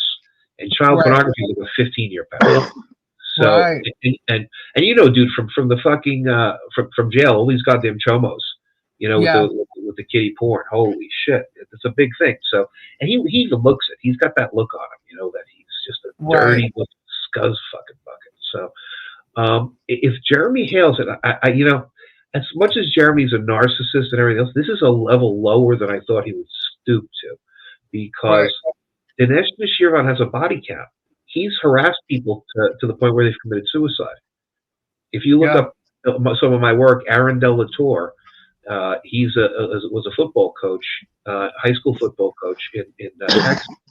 Dinesh made a big story about how he put his hands on a kid, and the story was that they were inside like a Walmart, and these two kids were fucking around, and they threw like a hat or something to hit his wife, and he grabbed one of the kids by their collar and said, "Stop fucking around." And then it turned into he was trying to beat up a kid or something like that, a 12-year-old kid. And then there was nothing ever on video. It was the he said, she said type thing. The cops actually, local cops cleared him, said there was nothing wrong, but it was too late. He had, within a couple of weeks, because all the pressure this guy had put on him, and they called the school board, tried to get him fired, they called the cops, he blew his brains out. And so this guy is like directly responsible. He actually told lies about the whole thing. He told lies about Aaron Delator. He would have been 50 years old this year, actually a few weeks ago. His wife is now a widow at 50. It's a disgrace. This guy, he's ruined thousands of people's lives. There's a page on TikTok called "The Victims of Dinesh." There's all these victims out there that he the latest one today in court was a black civil rights lawyer out of Miami. This guy Dinesh called the black civil rights lawyer a racist. He's a black man, and Dinesh said he's a black man who doesn't know the difference between black people and monsters.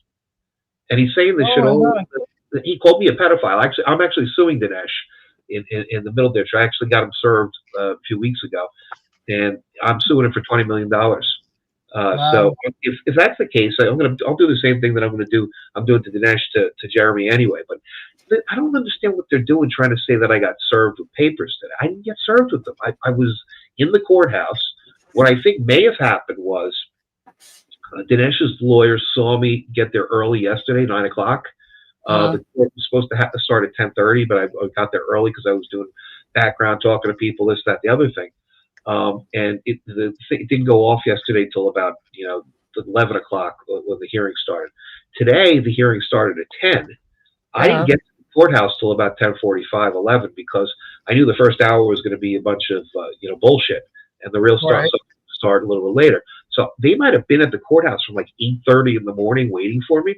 And then by the time it hit about 10:30, they were thinking maybe he's not coming today and left. I could see that the word was out that maybe the process server was going to come and get me, but I was not tagged with papers. You said you were served. He definitely did. He did. He said I was served. So did Dinesh. Dinesh put up a page like the best part of the day was Luthman got served. I wasn't served, and so I don't know what they're going to do. They may try to put up a purported fake affidavit of service. We'll see. I don't know what they're going to do. If they do that, I got to decide what I want to do because I want to get in the case anyway. I might just answer without being served, but I don't know if they want to make me move. It might be a ploy to put a fake affidavit of service on the docket sheet so I don't go right to discovery. I don't know what I'm going to do. I got to think about this because I got to see what they do. Because if they purport that they served me, they're going to have to file an affidavit of service. And if they file an affidavit of service by somebody who's purported to serve me who did, that's a crime. That's a felony, potentially. That's a felony, yeah. In the courts. So I might do that. I might call some of my friends in law enforcement like tomorrow on this whole thing and just put it on record. I don't know. We'll see. I got a whole bunch of things I can do. But if they're talking that I did get served, then that turns into a conspiracy. So we know all about conspiracies for what they've been saying. So it looks like Dinesh and Jeremy Hales and potentially the process server and potentially their lawyers are potentially parties to a felony conspiracy if a false instrument gets filed in a federal court someplace. So I think that might be the way we play this. Wow. You think about it? So it's getting interesting, more interesting day by day. But the fact that the two of them would get together is they're two different demographics. Dinesh is a fucking terrorist. He's a Iranian anchor baby. That's how he describes himself. And he's got all these woke fucking blue-haired garbage pail kids that follow him. And they're all about he, she, they, them pronoun type shit. Right. They're just disgusting fucking people. But and then you have old Jeremy's people who are just dumbasses. But they're not like woke dumbasses. They're just hillbilly dumbasses. Those two worlds can't collide. They say the enemy of my enemy is my friend, but at a certain point, it's too much like oil and water that the Hodunk could get with the woke. I don't think the Hodunks would coexist with the woke very well. Yeah, it definitely seems like it's a different like layer. You know what I mean? Like just two different. I don't know. I just don't know. I think that Jeremy's intention is to get you, right? So he doesn't even care what this guy's about. Yeah, but then he's in bed, now he's in bed with a pedophile. It's clear he's in bed with a pedophile. So the issue becomes, you know how Dinesh got his start, right? Dinesh started about 5 years ago. 5 years ago was smack dab in the middle of when COVID started. And what he was the mask police. So what Dinesh would do is he would get people to send him videos of people that weren't wearing their masks and who had like public jobs that were, you know, any type of government job or like a nurse or anything healthcare. And he would put them up. He'd locate who they were and then put their information up and get them fired because they didn't wear their mask. So for like a year or two, he was like the mask police, and everybody watched him because they wanted to see, because there was nothing better to do. You were sitting around in your fucking house and you wanted to see the mask police. He was entertainment. Right. So then after the COVID stopped and there's no more mask police, he turned it straight into quote unquote accountability. So he says he'll find people. He doesn't find anybody. He gets it all handed to him. It's like, he can't find me. They can't find my address. Like they can't locate me. They're great fucking investigators. It's all bullshit. You know, he said after Luigi Mangione killed the CEO of United Healthcare, he's like, oh, I could locate Luigi Mangione, but I'm just not going to do it because, you know, I'm a woke motherfucker that I love the insurance executive getting shot. Like he basically did an article like that in a major publication, but it's all bullshit. He's not a good investigator. He's a dumbass basically. He's a narcissistic dumbass, and so what they do is they do this woke type of like race hustle. He's like a digital Al Sharpton. That's what I call him. Because you remember like years ago, like Al Sharpton would go to like big companies and say, if you don't hire a certain number of people, we're going to call you racist. And they say, no, Al, you know, we'll do sensitivity training and we'll hire one of your companies to do it for us and blah. So it's basically extortion. They pay the guy, you know, pay Al $50,000 or $100,000 to do sensitivity trainings for their company. And Sharpton would knock on like, you know, 50 different doors, and he'd make like, you know, $10 million a year just doing that on top of all his other hustles. And so, you know, this is what Dinesh does now. Dinesh goes to people and he starts to, you know, he basically extorts them. He's like, I'm going to tell everybody that you're a racist. You know, he finds some video on somebody. He had this one girl I did a piece on named Sydney McDaniel in West Virginia. And she's a hairdresser, and she got all pissy about everybody being stupid after Trump's inauguration. Remember on Trump's inauguration when Elon Musk, they said he did a Nazi salute, and I don't know if you remember that, but he was there and he's like hand up in the air like his heart. He put it out like my heart to you, and it was just an awkward gesture. The ADL, right, the Anti-Defamation League, came out and said, it was not a Nazi salute. It was just an awkward gesture from an autistic guy. And this girl, Sydney, comes around and she's like, says, how could you even think that like this from your heart and putting it out there was a Nazi salute? How could you think that? And Dinesh took that video and turned it into, this girl's a Nazi. And so they called up where she worked. They got her fired. They destroyed her social media. The girl got PTSD basically. She's all fucked up from it still. This is a few months ago. But he does this to people all the time. The type of harm that he does to people with his call outs and his quote unquote cancel culture accountability is the same type of traumatic brain injury you get if your head goes through the fucking windshield. You know, it's neurologically the same thing. If you do a brain scan, it's the same type of damage that you get. This guy's harming people large scale, and you know, nobody's been able to put a stop to him yet. We're talking to the Texas authorities about him potentially being arrested. They're looking at him for felony charges for death resulting. They're still gun shy too. I think they might be bringing them soon. That's what I'm hearing from the inspectors over there. But I've also given stuff to Devin Nunes. Personally, I've given it to Devin Nunes, who's the chairman of President Trump's foreign counsel, you know, the security, and you know, he's weird that this guy's like gone after like these high-end people in politics and stuff. Well, yeah, he's a total dick, but he's being supported by a guy named Scott Dworkin. Scott Dworkin is the guy who funded and founded the Democratic Coalition against Donald Trump, which is a huge super PAC. And so his whole job is to sow discord and to basically mobilize the little wokesters, and even the old wokesters too. Like if you've seen like in any of the cities where they have these, like on a Saturday they'll have this big anti-Trump rally. That's all foreign. It's all George Soros money funneled through places like Scott Dworkin's, Democratic Coalition against Donald Trump PAC. And Dworkin has said in the past that Dinesh is one of the greatest researchers we have.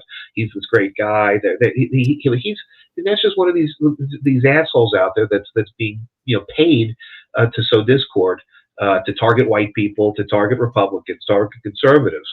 I think that there's too much of that, and to target religious people as well, people who aren't Marxists. Like they're basically Marxists.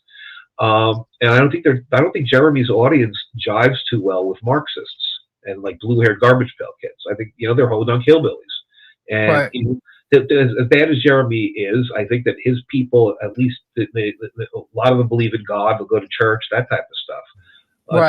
Nicest people are God-fearing. They don't believe in God. They believe in Karl Marx. They believe in that type of stuff. So very, very different. It's too much of a cultural difference. For the two of them. But this is just a something by them to try to do something. I think it'll become transparent pretty soon, because I don't think Dinesh's people are going to like Jeremy Hales, and I don't think Jeremy Hales' people are going to like Dinesh. I just really don't.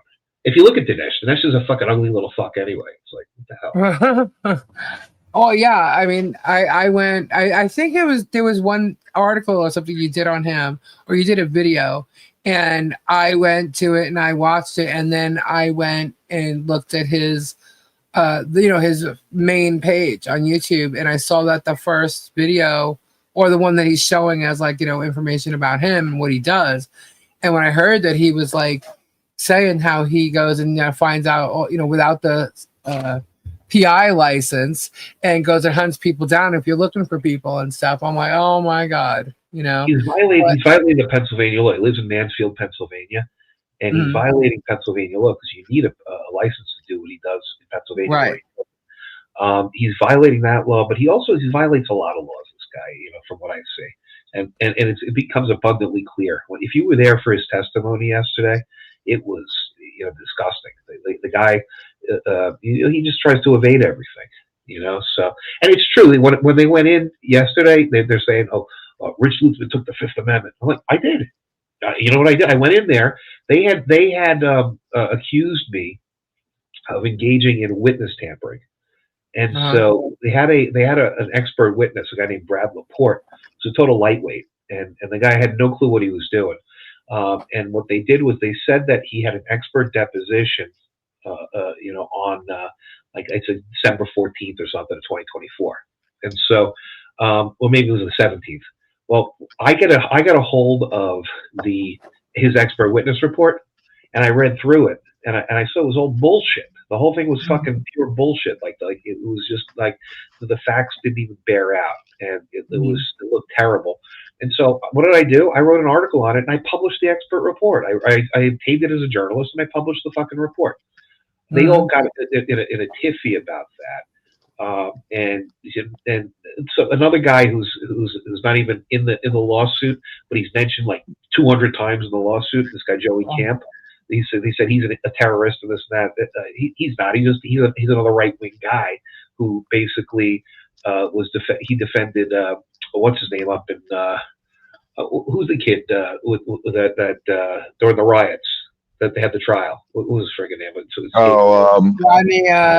No, the kid who had the AR. Oh, man. Kyle's Rittenhouse. So he did a bunch of stuff in the Rittenhouse trial, and he did stuff with that. He's like a right wing guy, alt-right type person, and he's living in the United States right now. And so he hasn't been served in the case, but he's like the boogeyman. He's been in a feud with Dinesh for 5-10 years already. And so they tried to say that I coordinated. It's almost like Jeremy's argument. I coordinated with Joey Camp by publishing a document, by publishing a story about a litigation that I had been covering already for a year, and releasing an expert witness report, which is something that journalists do all the time if they get documents. So, but the problem was they didn't do that immediately in December when the article was published. They did it in March. Why did they do it in March? They waited 3 months because they were prompted to do it by an expert witness report by the other side that debunked the expert witness report they had. They said to themselves, we got to get rid of our expert because he's full of shit. Well, Luthman said it 3 months ago. Why don't we blame Luthman for saying that, for trying to intimidate our witness? But as you may know, federal witness intimidation carries with it it's a federal felony. And so they're arguing that I committed a federal felony, which I didn't commit a federal felony. But you know what? I've been through the mill before. I'm not going to get myself fucking jammed up. So I went in there and I said, look, I have 4 privileges I can assert here. I have my Fifth Amendment right against self-incrimination. I have my reporter's privilege, which is based on the First Amendment, the press clause, to say that I'm a reporter, and you can't. I am not going to give up my sources. Fuck you. I'm not going to give up my sources. I had 2 other privileges under Florida law, the Florida Constitution, which says they can't get my health care information, and one of the defendants is one of my doctors. So I don't know if the stuff that they're trying to get from me is healthcare related. I have the same thing under HIPAA, which is the federal healthcare law. So I inserted all 4 of those privileges. I told the judge too. I put a submission into the court, and I said, I'm not answering shit. You're not getting shit from me. Number one, I was never served with a subpoena to testify. I was covering the case as a journalist on Monday. The judge says, well, you're here. You can assert your privileges. And the judge gave me all the privileges. I served the Fifth Amendment.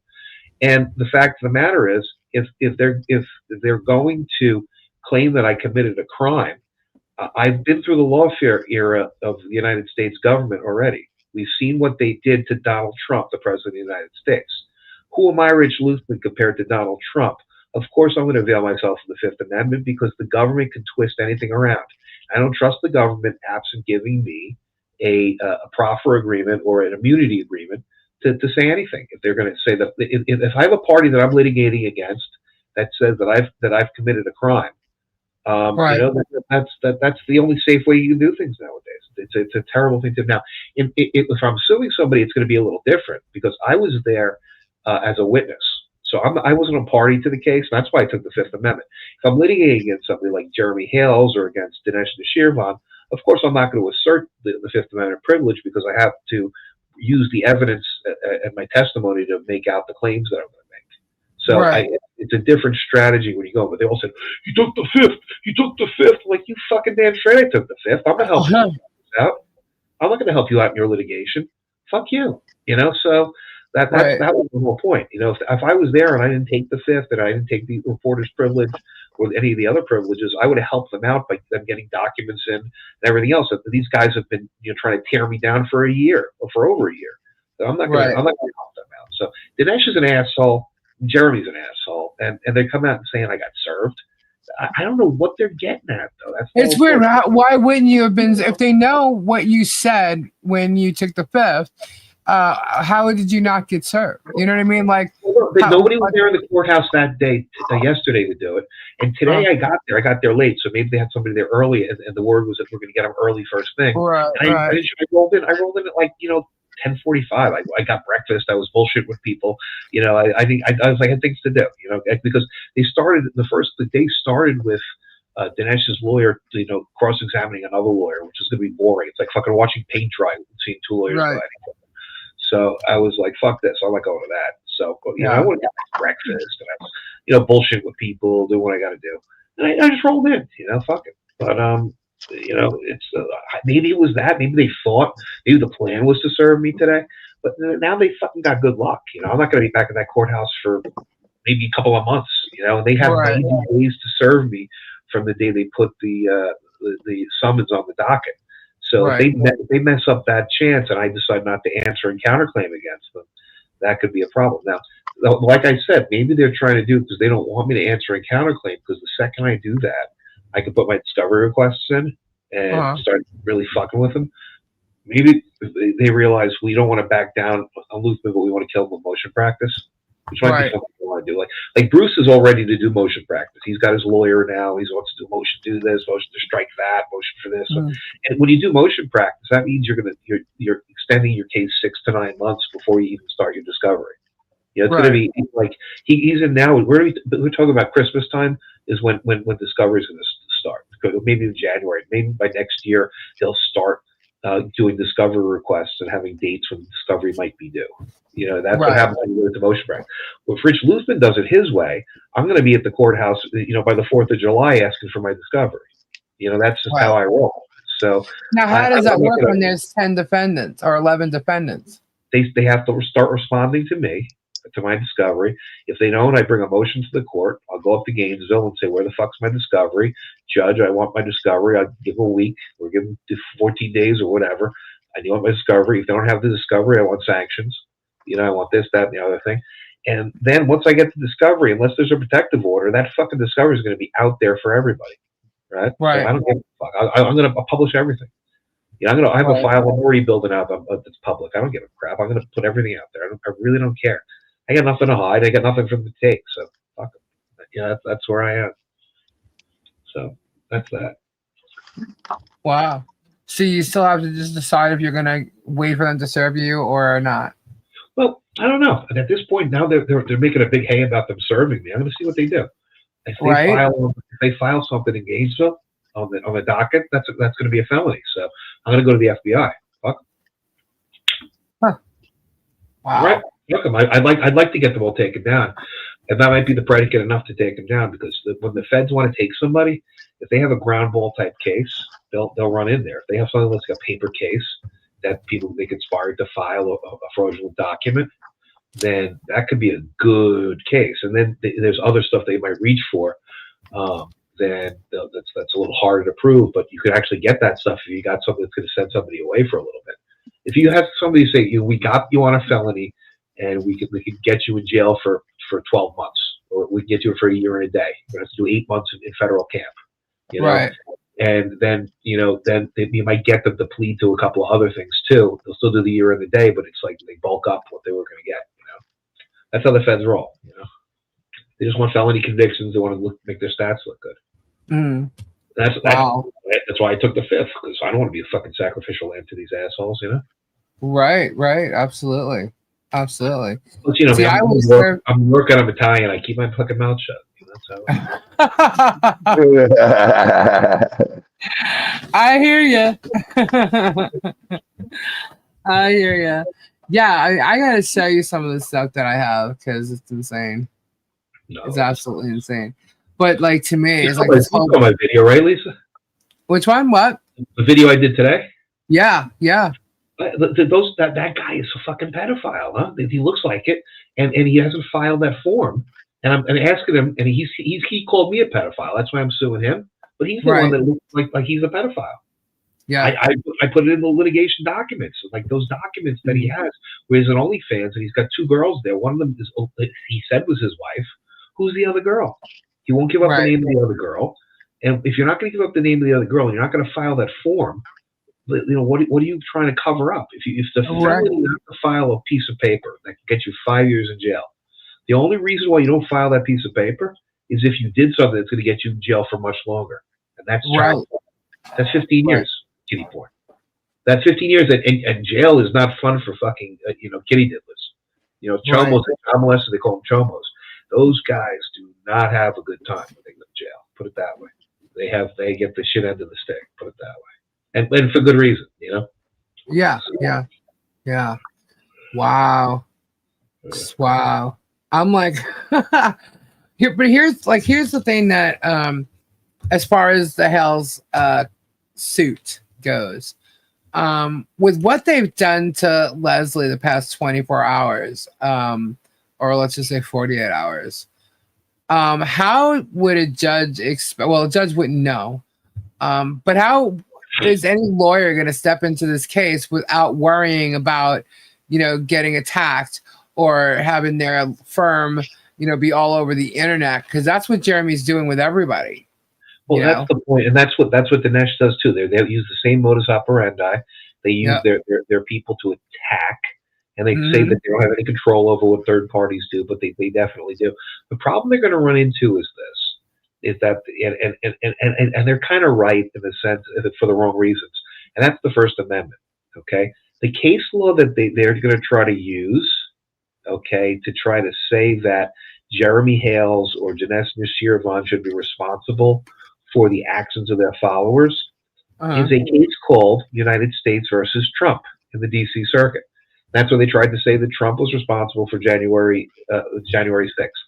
And Trump was this and Trump was that. Rudy Giuliani was responsible for Dominion and everything else. And I think that that's terrible law. And I don't want to see that law applied at all. Even if I think that the people are bad people, even if I said Jeremy Hales would go to jail under U.S. v. Trump, I don't think that that's that type of guilt by association. It flies where we have a First Amendment. I'm a big, First Amendment civil libertarian for free speech. That being said, the people you go after in this situation are the people who don't have free speech. And who are the people that don't have free speech? The lawyers. When you become a lawyer, you give up your right to free speech. You have the privilege of practicing law. And in exchange for that, you have to talk well about the judiciary. You have to talk well about the legal system. You have to defend the legal system. You have to do all this other bullshit. And you're no longer what's called content neutral. You don't have a right to speak your mind. You have to kiss ass. That's actually part of the rules. So if you have lawyers that are engaging in conduct that is aiding and abetting the Jeremy Haleses and the Dinesh Nashirvans of the world, then you have to attack those lawyers harshly. They should have no problem, Dinesh Nashirvan and Jeremy Hales, being able to go to a court of law and petitioning for redress by themselves. But if they have a lawyer that's helping them and they're engaging in those activities where they're harassing people, the lawyer should be sanctioned severely, potentially disciplined, and maybe even lose their license. Because that type of incivility in the legal profession is something that's not tolerated. There are rules, and you don't have free speech as a lawyer, and you have to be able to act civilly to protect other lawyers and to protect the integrity of the justice system. So I think the line of attack here has to be Randy Shockett in Jeremy Hales' case, and it has to be a guy named Nick Chiappetta in the Dinesh Nashirvan case. And they're the lawyers that are enabling the litigants. If Jeremy Hales figures out how to sue people in court on his own and put in paperwork and everything else, he should feel free to do that. You have a First Amendment right to petition the courts for grievances. If he feels he's aggrieved, he should be able to go to court and go on his own. He has no right to have a lawyer in a civil case. He only have a right to counsel in a criminal case. He has no right to a lawyer in a civil case. And if he's not going to behave like a human being, then he shouldn't have the privilege of having a lawyer in a civil case. He should be in the situation that Rich Luthman's in. Rich Luthman doesn't have a lawyer. If Rich Luthman wants to behave like a Visigoth, Rich Luthman's going to behave like a Visigoth. And that's just how it is. And that's how it's going to be. Huh. This is all insane. I'm telling you, though, this is the theory behind the thing. I'm not going to support an argument that I don't believe in. And I'm not going to, try to bend the First Amendment to try to bend, Jeremy Hales or Dinesh Nashirvan down to their knees. I'm not going to do that. The First Amendment's much more important to me than those two assholes. That being said, where do you think I'll use the First Amendment or the lack thereof with the lawyers, and I'll use the law to destroy that. I have no problem. Now, do you believe that there is a line between the First Amendment where the First Amendment turns into harassment? You have to, right? Yeah, well, that's the thing. There's two. Where's that line? There's two types of things. Okay, number one is it's speech, right? There are certain activities that are not speech at all. There are certain activities that are harassment that are not speech related. That are things that are actually activities that they try to pass off as speech, and they're not speech. So those type of activities that are across the line are harassment activities. Those are not protected. Number two, speech that is the speech that is outside First Amendment protection, like fighting words, like true threats, things like that. That's outside as well. And then also knowing and malicious falsehoods. Okay, that stuff is outside of First Amendment protection.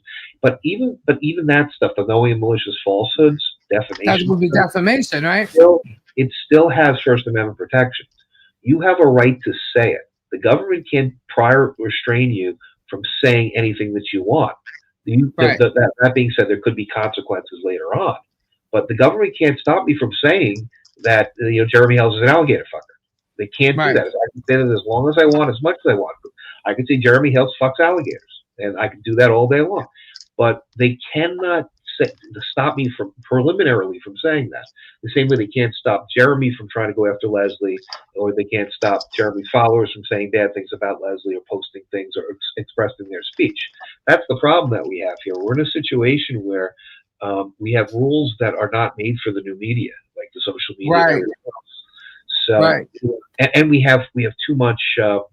Like, put it this way: if it was 50 years ago, like I said, the pig farms would be fucking popping.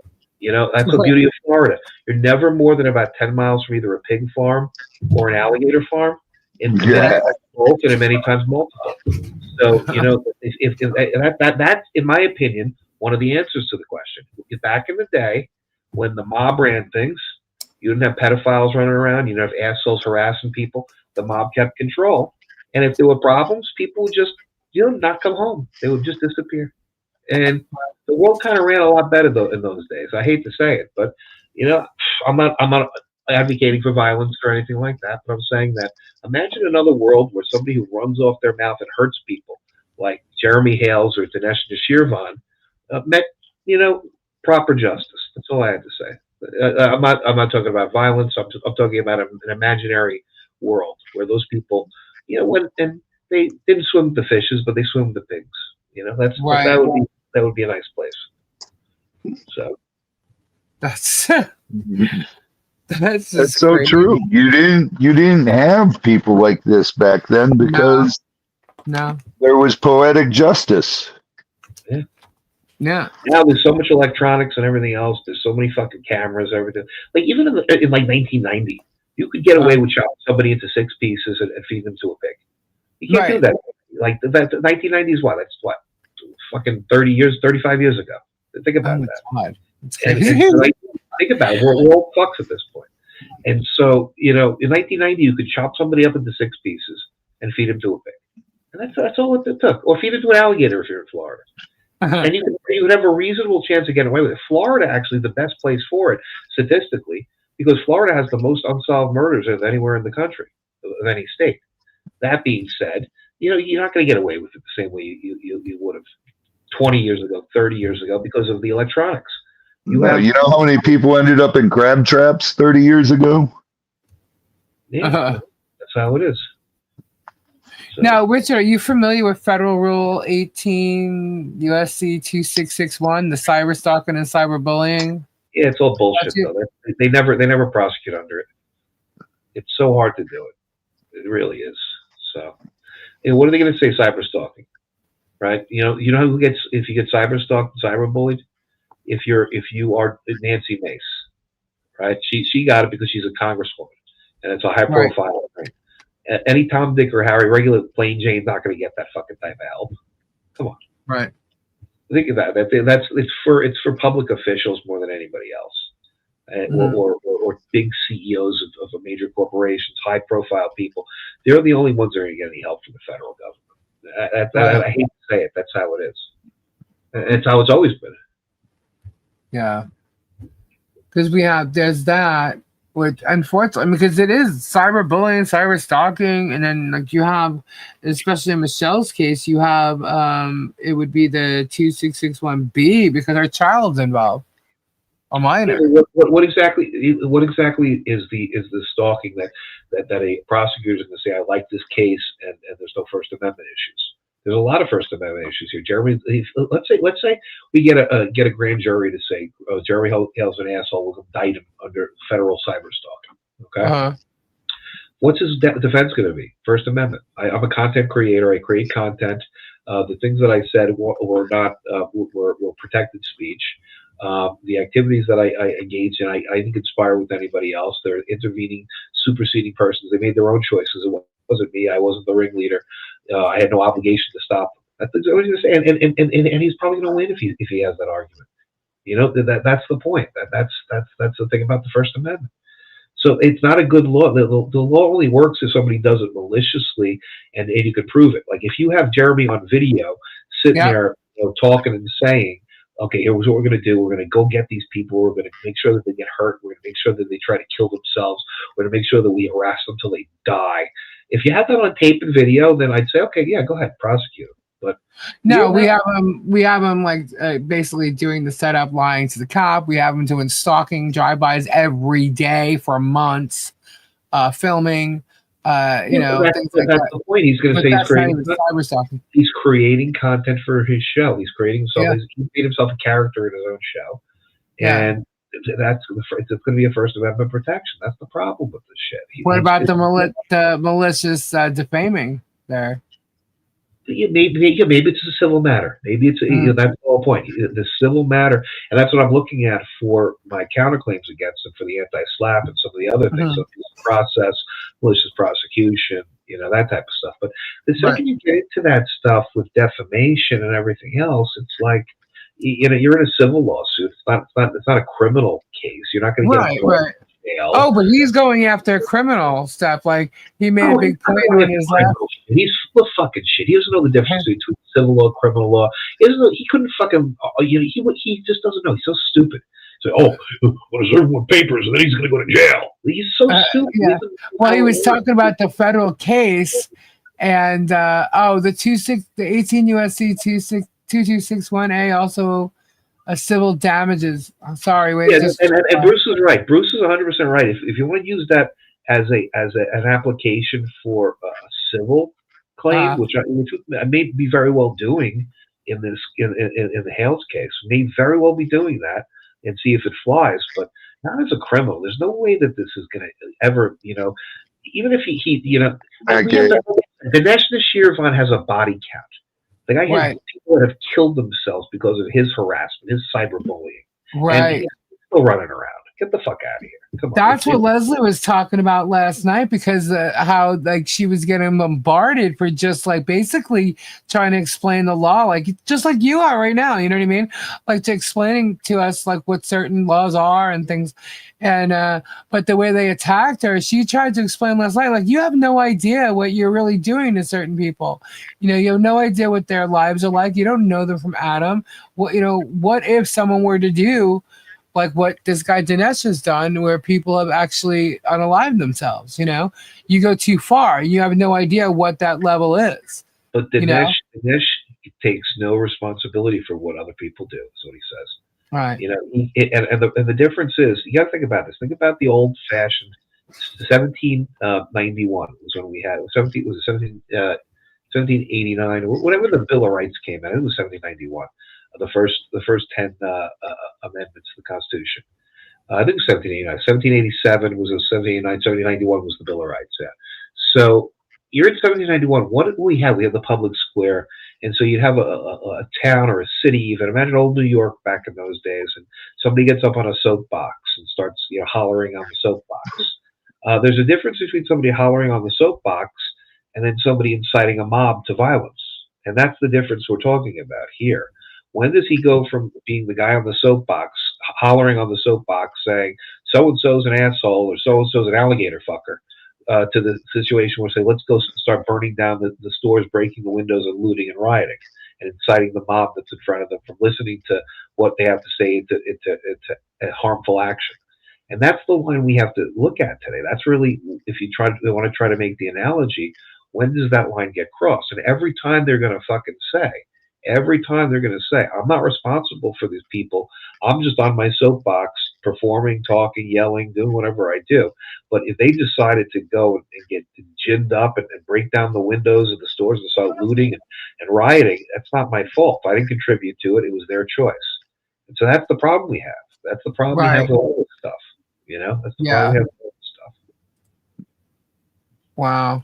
That's crazy. Megan and Tug say, if you don't like getting beat down, then get off our playground. Well, that's the point. It's only going to take, you know, a couple of tragedies for them to shut the fuck up. And that's the problem. I'm not condoning violence, but if they're going to be punks, right? The best way to deal with a punk is to punch a punk right in the fucking nose. The only way to deal with it. And I hate to say that was the way things kind of took care of themselves. We've got such a pussified society that they take people and they lock them up for knocking a phone out of somebody's hand. and it's becoming that type of place. And we had a violent world in 1791 when we had the First Amendment.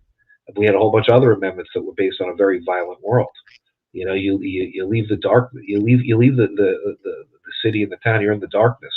You're in the wilderness, banditry. You have wild animals and everything else. Think about that world. We have a very different world nowadays. It's a shame to many extents. We have a very different world than we had 50 years ago or 100 years ago, even too. So, it is what it is. It is what it is. Yeah. You don't be looking to. And the problem is the law needs to adapt. The courts need to adapt because. And I wrote an article about this the other day about Plato because Good night, Dave. Sorry, go ahead. I went to Columbia. I have a classical education, if you believe it. And there's an old story in Plato, the philosopher, Socrates. They're talking about a ring. This is in the Republic, and the guy has a ring, the ring of Gyges, and it makes him invisible, right?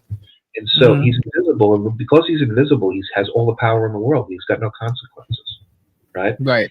He's got this ring, and he ends up killing the king, seducing the queen, right? And he becomes, a god. But his soul is destroyed in the process. He has no consequences to any of his actions, and so he's not even a human anymore because he's just an animal. He goes and takes whatever he wants. He's got no moral scruples, anything else. He's become something that's almost very disgusting soul.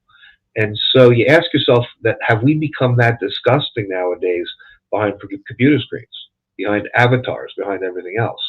In a world that we had, where we had a First Amendment and we have a Bill of Rights, it was a world of cordiality, a world where we had to face people, one-on-one. And that world existed even 20 years ago, even, to that point. To that now we're at the point where we don't have to face people. And I think we lost something there. We have these telephone and keyboard tough guys, Yep. That's the problem. Yeah.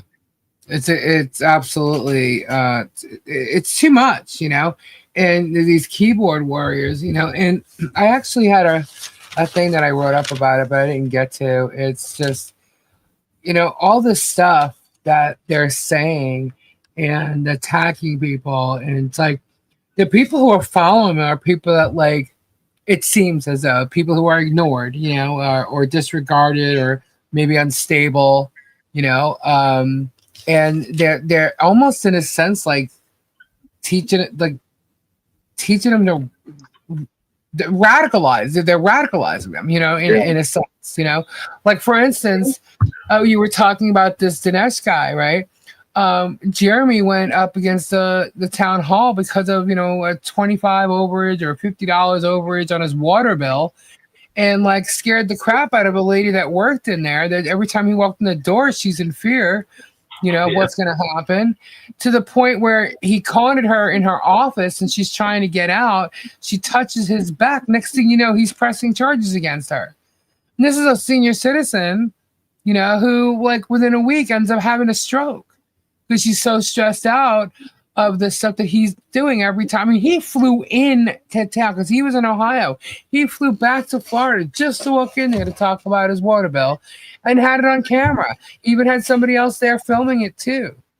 And then when all this goes on, you have his followers, his minions calling the town, calling the county, calling this, they had people call CPS, and then says, don't you do anything, don't you do it, let us handle it. But in another video, he'll be saying to do it. You know what I mean? He's inciting hatred, and I'm not sure if he really realize what he's doing or not, but I think so. How do you draw the line between the good incitement and the bad incitement, right? Exactly. And that's the problem. It's let's say you say, well, I want everybody to call their congressman or woman or the congressperson because we need this law changed. And you organize a campaign, and everybody uses their social media platforms to do that. They get everybody to call, and you change the law, and everybody thinks it's a good thing. You don't have people that think it's a bad change from the law. There's no sense ever 100%. Maybe you got a 90-10 issue, but most issues are 90-10. But if you have to have the ability to do that to have a functioning society, have a functioning democracy. So you have to kind of allow for the assholes out there to be able to mobilize in the same way for their nefarious purposes. You know, you can't stop them from doing it. And that's the problem. We have a very basic problem nowadays because organization used to be much more difficult. Now the internet and social media has made it extremely easy to organize almost immediately. Oh, yeah. You have one influencer can say one or two things with a couple of social messages, then they can get a whole message out where we've taken weeks or months to do in generations and decades past. So. Yeah, Michelle just mentioned that, you know, with this town hall, like, you know, the discrepancy over this water bill and money. So it's like Mary Mouth is Scary, what ended up being her nickname. That's what he mocked her with. And next thing you know, his, you know, Hodunks are sending her cash machines, adding machines and stuff like that, calculators. You know? So it's like they do all this stuff, and, you know, it's like whether they realize it or not, they're becoming radicalized in a sense. Yeah. You know? Yeah. And it's crazy. I don't know how many times I've said that. It's crazy. It is. It's becoming nuts at this point. Yeah. It's becoming really nuts. So I don't know. I don't know what to say. Anyway. But that's what we have going on. And part of it also is the courts and usually access to the courts. It becomes a court access issue at the same time. I think what I said before about the lawyers and get on the lawyers that you know, are aiding and abetting as opposed to representing their clients. That's one way to do it. But at a certain point in time, the judges have to grow a pair of balls or a spine and say, we're not the arbiters of perceived slights for social media. The federal courts are not the place for it, you know. And, you know, you see how many of these cases, it's a business model at a certain point. It's a content creation business model. Bruce says it all the time. There's no better, you know, canned content than a lawsuit. You have it all right there. And you look at what these idiots do in the Hales, you know, echo chamber. They take everything that gets filed in the court, and then they just tear it apart and read it. And they spend hours on doing it, and it's just easy ways for them to make content. And then who wouldn't be involved in lawsuits? Who wouldn't be doing this? Who wouldn't be doing that all the time? Right. So, the problem is that the judges have to grow balls. Like you get Judge Bozo up in Gainesville, or in Pensacola actually, who basically if he really wanted Jeremy Hales to stop, he would have sanctioned the shit not of Jeremy as much. He would have sanctioned Randy Shaka. If Shaka gets sanctioned, if some of these other lawyers like Chiappetta get sanctioned, we don't see this crap happening. You know, he did sanction Shaka for $4,000. Yeah, $4,000. Pissed that. Yeah. Come on. Yeah. You have a real toothful sanction. You have the sanctions that they should have are striking pleadings that they've been working on a case and the case is out, or that they could potentially get referred to the Bar Association for discipline. Like Bruce just had to deal with Bar Association stuff from bullshit. Like when I tell you that case that Bruce had to deal with was utter bullshit, you know? Yeah. So it was, but the stuff that these people are bringing into the courthouse, these lawyers they're bringing for unethical clients and bad faith litigation, they have no consequence for that type of stuff. There's no real consequence for it.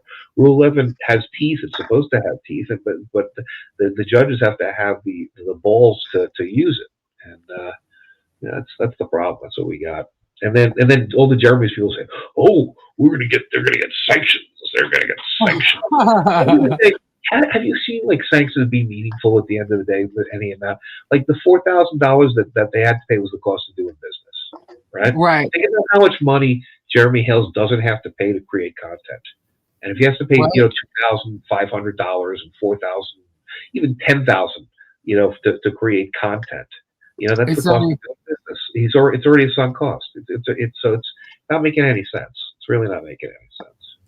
No, he doesn't have to do it. It's a write-up. He even says, I mean, there's so many videos that I have, like, just as far as certain types of evidence goes. But he even states how, you know, it's the cost of doing business. Yeah, it doesn't. It's a cost. It's a write-off for his business. You know, if that's the case, then why are you begging people to send you money? Where does that money go when you're writing it all off? You know what I mean? That's why he's doing Are you giving it back?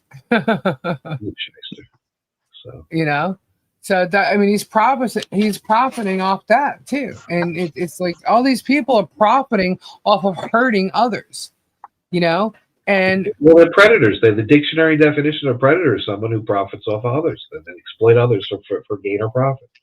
yeah, And that's what they're exploiters. They're predators in the Merriam-Webster dictionary definition sense, that they exploit others for gain or profit. And that's what they did. no, it's just sad, you know. I mean, with what happened with Leslie, I'm just like baffled, like, because I knew how bad, you know, they could get, but they like stretched it out, you know. Well, they all hit her at once. Yeah, they hit her all at once, hardcore. It's really $325,000, as he says. I don't think it's $325,000 because he hasn't won $1 million. You know, that's what a lawyer would get about that amount if there was $1 million verdict. I think that, you know, he probably could have a bill for $325,000 before it gets discounted steeply by Shockett. But I know he probably pays Shockett something to keep this bullshit thing going, you know, and everything else. And it's probably good, you know, regularized pay for Shockett. But at the end of the day, the courts have to make it so it's not worth it for them to take him as a client. You know, if you're going to, you know, that's just all it is. I'm curious if a lawyer is a Florida lawyer, okay, but he works generally in like the Northern Circuit. Does he have to apply or fill out something to do a case in the like the Middle District? Or I think I think each district you have to get admitted to. Okay. So, you know, like when I was a lawyer back in the day, I had to get admitted in the Southern District of New York, which is Manhattan, and you know, the Bronx and all the way up, and then the Eastern District, which was Brooklyn, Staten Island, Queens, Long Island. That's the two different districts. You do two different, you know, swearing-ins basically. And Right. usually every district court has its own swearing-in. And then when you go to the circuit courts, like the U.S. Courts of Appeals and the Supreme Court itself, there's all different swearing-ins for almost every court. So right. I think there would be a swearing-in with each of the. But that's probably no big deal. Shockett's probably already done that. Shockett's probably sworn in both the middle and the northern, if not the southern as well. If you practice in a state, you usually get yourself sworn in. You know, in at least in Florida, at least a couple of the districts. Because Right. if you're gonna litigate in Florida in federal court, then you're gonna be litigating in you know, Miami and Lauderdale. Tampa. You're litigating in Tampa. You'll be litigating Orlando, potentially in Fort Myers, at Orlando, Jacksonville, Tallahassee, and Pensacola, yeah, and Gainesville. I think there's an Ocala section too. Yeah, that's Gainesville. Yeah, the Ocala. Okay. So It is? Yeah, because we're all in Gainesville, which is the northern. There's Ocala too. So I think Ocala's in the middle district. Gainesville's in the northern district. right. Ocala's central. Why are we northern? The case is filed in the northern district. That's where it was filed, in Gainesville. So if we were to file something here, It's central. it would be in the middle district? Yeah. Yeah, but the problem that you got is that he's an out-of-state defendant, so he gets to choose where he's going to bring it. So he chose Gainesville. He's fine with what he did. It's not like you know. And the problem is, if we bring something against him, we have to have a hook for him. So but the hook is easy in that, like, he's always down here, and so we can get him when he's present and hit him with papers. But you know, it is what it is. Right. Now I was just curious because Leslie's is in the middle district. She filed. Actually, I'm sorry. She filed in the county. She filed in the state court. No, it's a state court. Sorry. But I was because in looking into that, and somebody had asked a question about the specific districts if someone had to like apply or sign up. So that's why I figured I'd ask you, because I don't even know. I have comments get hit on Facebook all over on social media saying, You got served today. Deal with it. It's like the funniest fucking thing. People are so fucking stupid. Holy shit. Oh, I know. They with the subpoena that they said, you got served. You dodged your subpoena. You all. I'm like, I don't know how many times I have to explain what's going on. You know, like, no, I didn't get served. No, I didn't dodge the subpoena. You know, I didn't do nothing. It was in fact not legal. So that's not on me. That's on Jeremy. But now, you know, I've been served the lawsuit last Saturday, not this past, but the Saturday before. So, but in talking to a lot of people, days, you know, you got 21 days to put in an answer. Yeah. Response, right? Yeah. Or else you got to get an extension. Yeah. Yeah.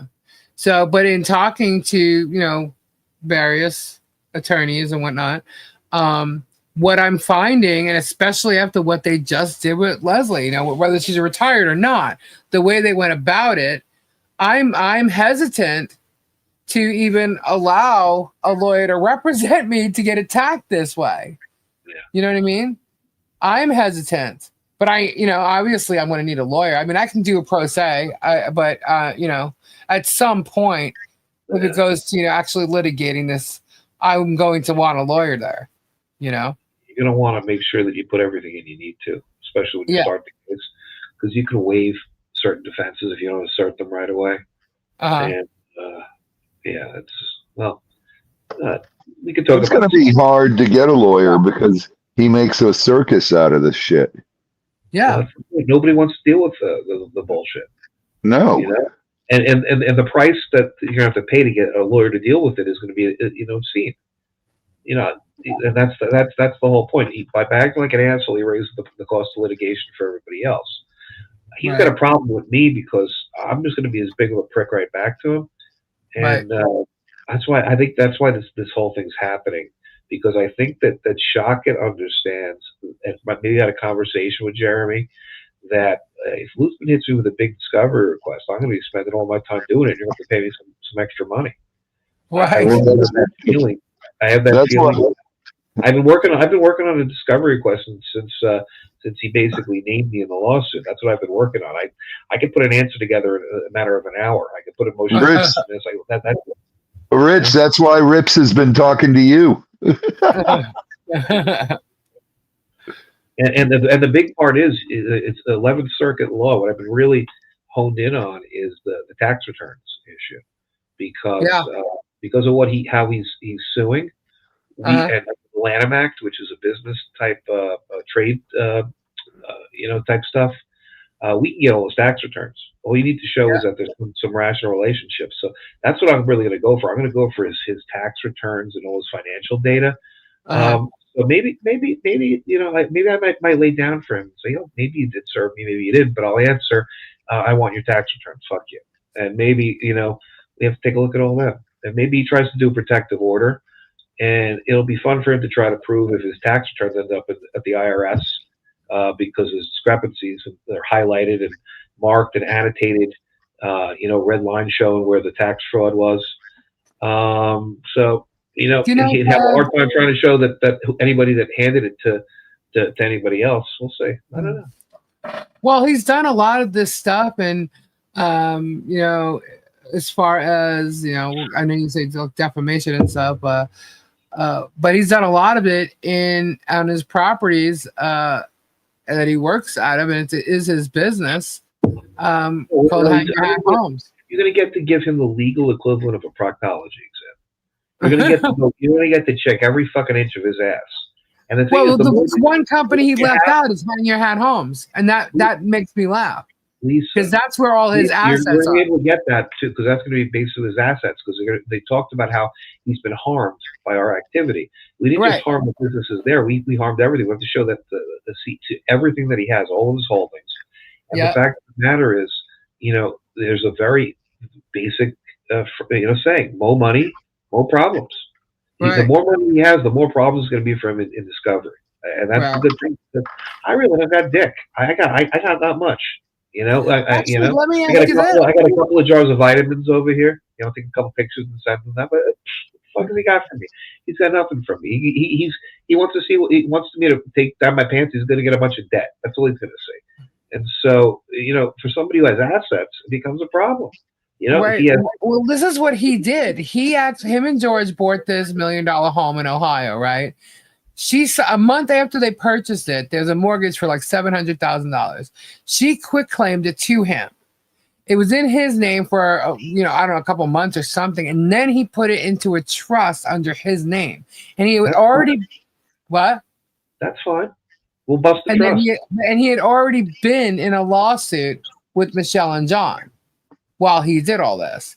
And from what I understand, even if you put property in a trust, like to hide your assets or whatever, or protect it, if you're already in some type of legal framework or whatever, it's not going to protect it. It's called what's called the Uniform Fraudulent Transfer Act. So you have a fraudulent transfer when you have a debtor on when you're a debtor and you have a creditor on the horizon. So the creditors claim that you can foresee you will not be protected from. And so the remedy under the Fraudulent Transfer Act is to unwind the transaction. So it's an equitable remedy to go to the court and say, Jeremy moved the property from his own person into this company or into this trust or into this other entity. Please unwind the transaction for us, Your Honor. Put it back in his name and let us attach it. So that's what you can do. It happens a lot in bankruptcy when people declare bankruptcy and they need to claw back assets into the estate. They do a fraudulent transfer, in anticipation of bankruptcy. They'll pull it back into the bankruptcy estate. They do it a lot in other situations too, related to tracing, proceeds of crime, that type of thing. So if he's got that, then there won't be a problem. The point is that we got to get some good claims against it. That's the big thing. And so do what we got to do. Yeah. Yeah. And those are just questions I have. I mean, I know what I read, but then, when you want to talk law, let's find out what it means with the law attached to it. He hasn't had to deal with the law yet. That's the problem. No. He's not had to, and really neither has Randy Shockett. He hasn't had something that has been really, tough. I know Bruce has litigated with him, but he didn't get down to the nitty gritty yet. They didn't get to the to anything that was a really technical, hard issue. Because I think if we got to that with the case, Bruce would have destroyed Shockett on the technical stuff. Oh, I definitely. That's the point. I think Shockett's he's serviceable. He's like a jobber from like the 1980s WWF. Like like the Brooklyn Brawler or Barry Horowitz. He's that level. Right. He's got a lot of cash money. He's got a lot of assets in properties now. Inventory. That's what he's got. Yeah, lots of inventory. Collectible inventory. The collectibles. Yeah, that's what I might do. If I defeat him, I'll take my payment in his collectibles, and I'll just start kind of like M80s and blockbusters to the backs of the Star Wars figures and blowing them up on camera for him. I'll get a little blow it the fuck up. Shit. Yeah, but that's how I feel. Like this guy's just gonna keep going and keep going and keep going until the law steps in and says, "Nuh-uh, buddy. We're not going to allow you to continue to do this. We're not going to allow you to do any of it, actually." And, since you're such a smart ass, I'm going to stop you and I'm going to hit you in your pocket because that's the only way it seems to hurt you or make you stop. We just got to get it there, Yeah, that's true. Yeah. So I want to see what Leslie does. I love the fact she's suing J-Hip. That's the funniest thing in the world. I love that. The guy's got like fucking 2 followers. He's like a bootlegger for Megan Fox. He's made no money. Now he's gonna have to deal with a lawsuit. Yeah, it's funny too because like he started out, he's got like, and here's Leslie. Leslie only had like 7 or 8 users. Yeah, sorry, subscribers too. She wasn't trying to be building her YouTube channel at all. That's not like what her plan was. But she was going into this case. And I mean, she definitely ended up with more subscribers because everybody liked her, and she's very smart, very personable. Yeah. It's another good presentation. It's like, I just, The problem with her case is that you can get you got to get jurisdiction over these people. Yeah. So the one thing is if they're present in the state of Florida, then she can get them. But if they're out of state, there's no long arm jurisdiction for defamation. Right.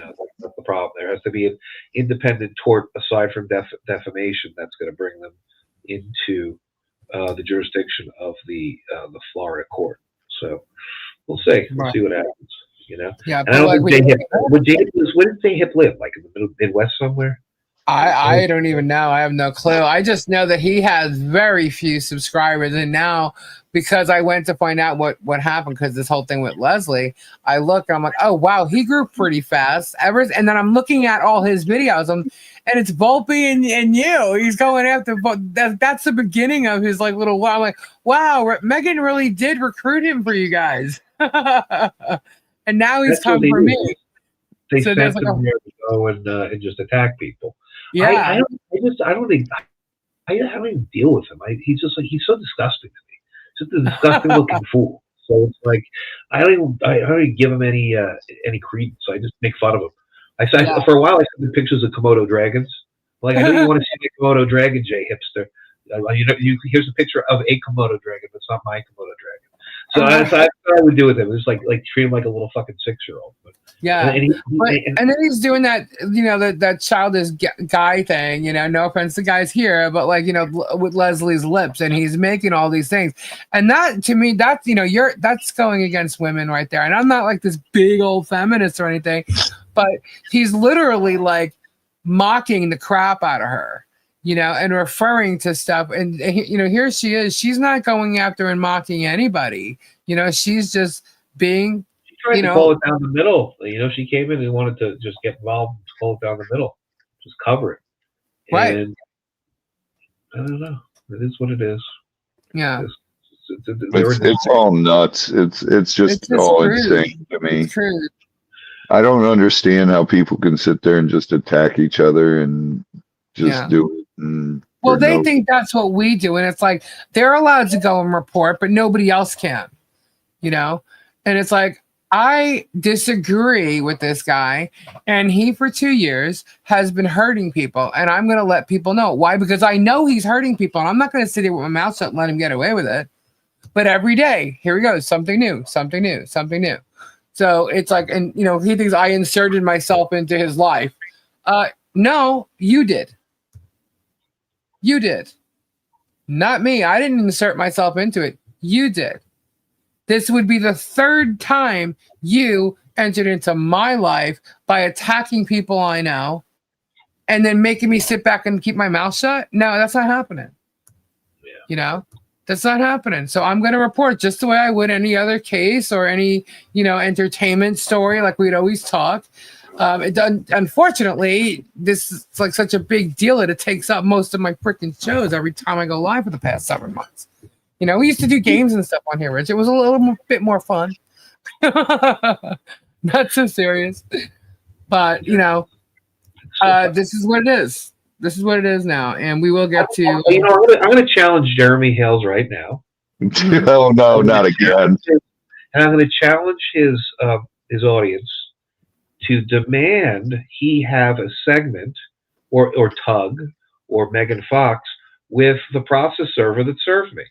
I would like for them to tell them what happened, how I was served, what was I wearing, did I take the service, did I try to run away, what happened? I would love them. That would be a great story. Wouldn't they want to tell a story like that? Probably I would think so. Call up a process server and ask a process server, where did you get Mr. Luthman? Did you get him at his house? Did you get him at a courthouse? Did you get him just drinking a cup of coffee at the Starbucks? Where did you get Mr. Luthman? What was he wearing? What was he doing? Was he with others? Was he by himself? Because you're getting all kinds of comments, and the minions are all talking about it, and yet they're only going by what Jeremy said. If they're looking to create content, isn't that one of the greatest ways to create content? They'll get the affidavit of service, and they can talk to the processor. I challenge them to do that, and I tell you that they will not. They will not get the process server. Jay Hip will not get the process server. Megan Fox, Tug, they'll never get a process server because there is no process server, right?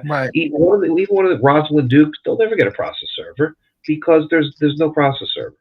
And they're not going to get somebody they're going to put on to lie because the cat's out of the bag that it's going to turn into a felony. Yeah, he said you were served outside on the courthouse steps. That's news to me. It's like courthouse steps. What the fuck does that mean? Courthouse steps so the processor was waiting for me at the courthouse steps. That's very good because I can actually go and I could subpoena. There's actually 3 or 4 cameras on that block or the courthouse steps, and one of them is actually the Sheriff Marceno's post over there. They have a little Lee County Sheriff's Office there. I can actually go and make a complaint and get the footage from there. There's also a lobster roll place next door. There's the post Not to mention the courthouse has cameras. Could they have served the wrong person? Get the federal courthouse. Yeah, hardest to deal with the feds, dude. I'll try to make a call to Washington. That would probably be quicker than trying to go down here. But could they have served the wrong person though? They might have served the wrong person. Yeah, but what they're going to try to do is make me answer the complaint, or make me respond to the complaint about the service, which I can do. I can do that in an answer and raise the jurisdictional issues in an answer, and then and still get my discovery. So I don't know. Maybe I'll do that. I don't know. I don't know what they're doing though. So maybe they serve somebody that looks like me. I don't know. That's the point. They found some guy with glasses. I don't know what they were fucking thinking. I mean, he's got all these things that he says all the time, and I know people think like they may be little things, but he's lying, and it is for content. That's why he did it. You know what I mean? If it's not true, better content if they were going to serve me with papers, would they want to tape it? Well, they serve me, right? And then played it all day long. Like I got the Dinesh guy coming out of the courthouse. They're going to serve me on the courthouse steps. You think that they tape it and just keep on replaying it? Right. Shit, they picture me trying to hump a fucking post. They play it every fucking day, right?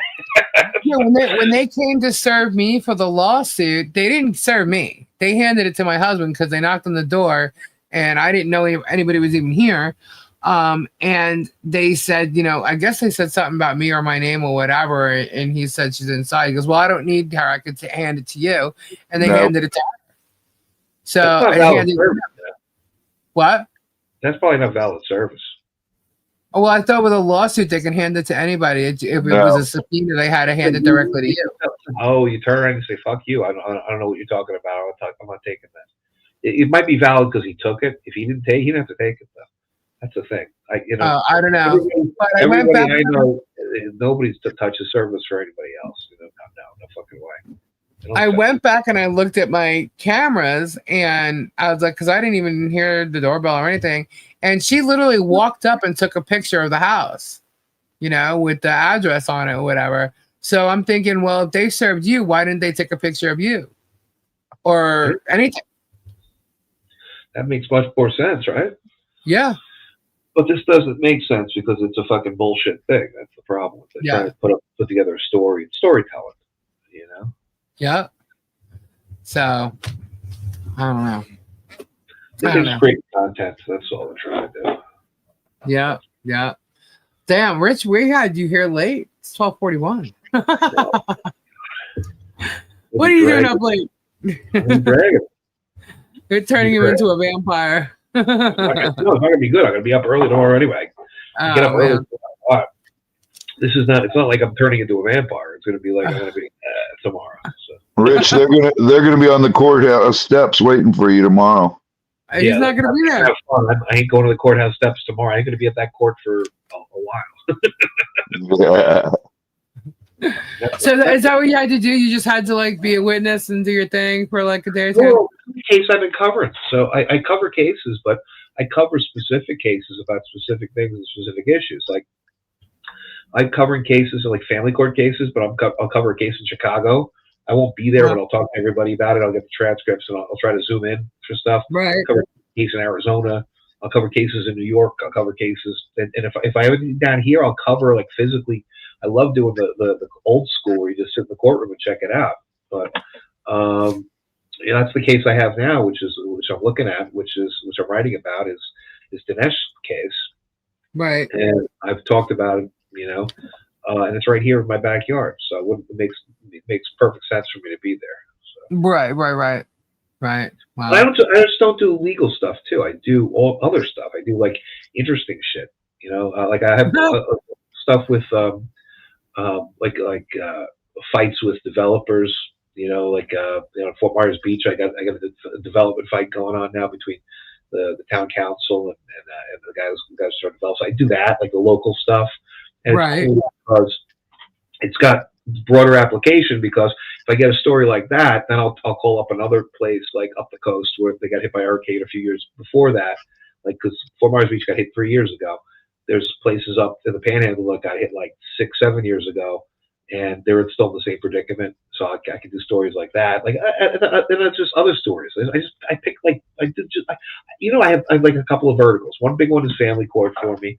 Another one is a Florida golf news. So anything like that happens in Florida, from Marco up to anywhere in the Gulf, like on this side of the state, I'll do stuff about. And that's why I said, like, if I have a developer fight, I'll talk about different stuff.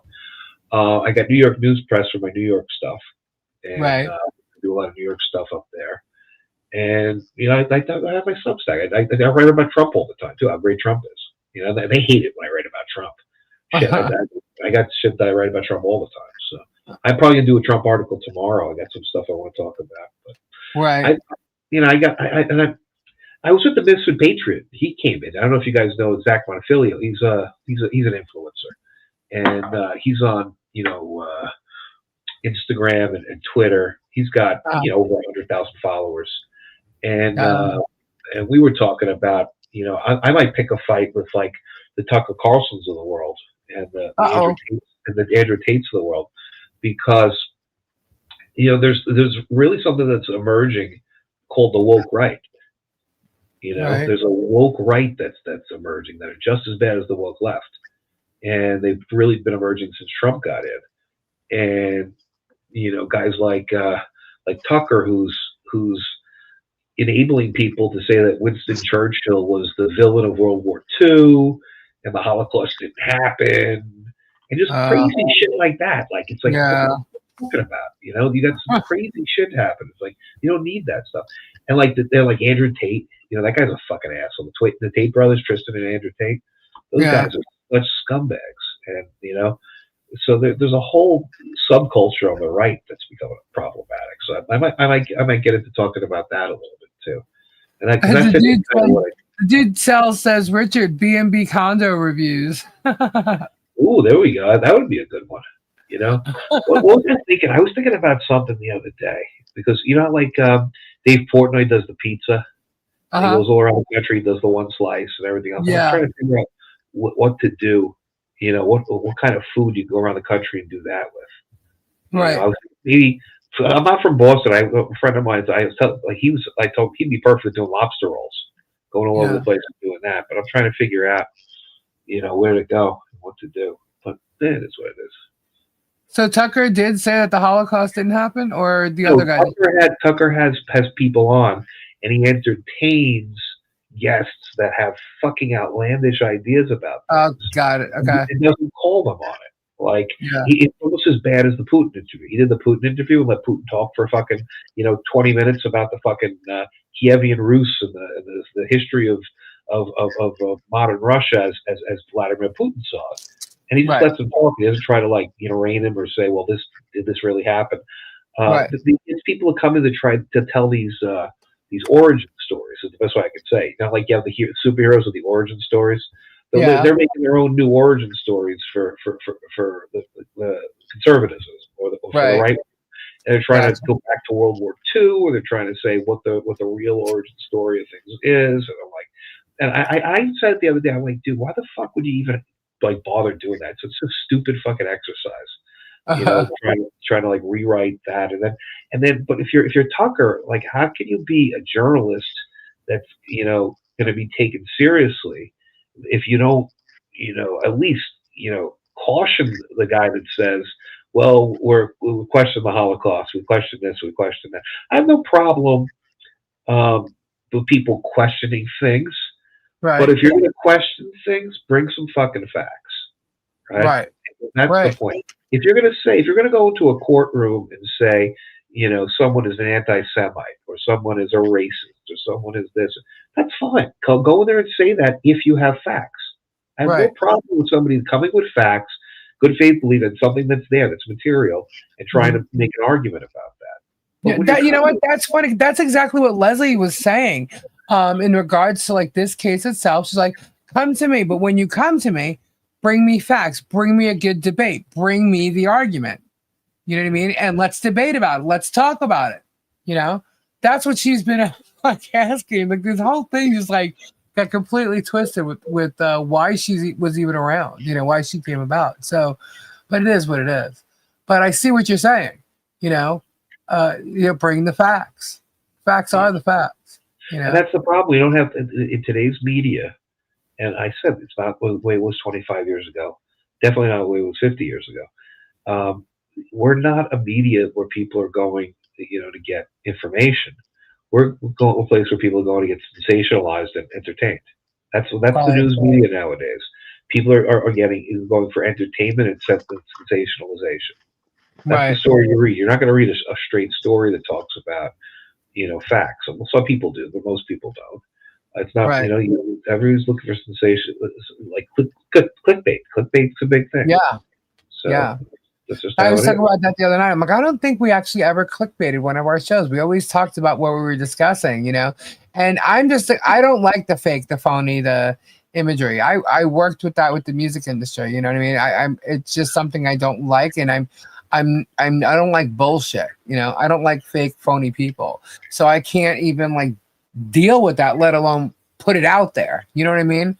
I'm all about the facts. So every time someone comes to me with something in this case or whatever, I'm always going and vetting it. I'm calling on, or even just as simple as today, messaging you. That's how simple it was.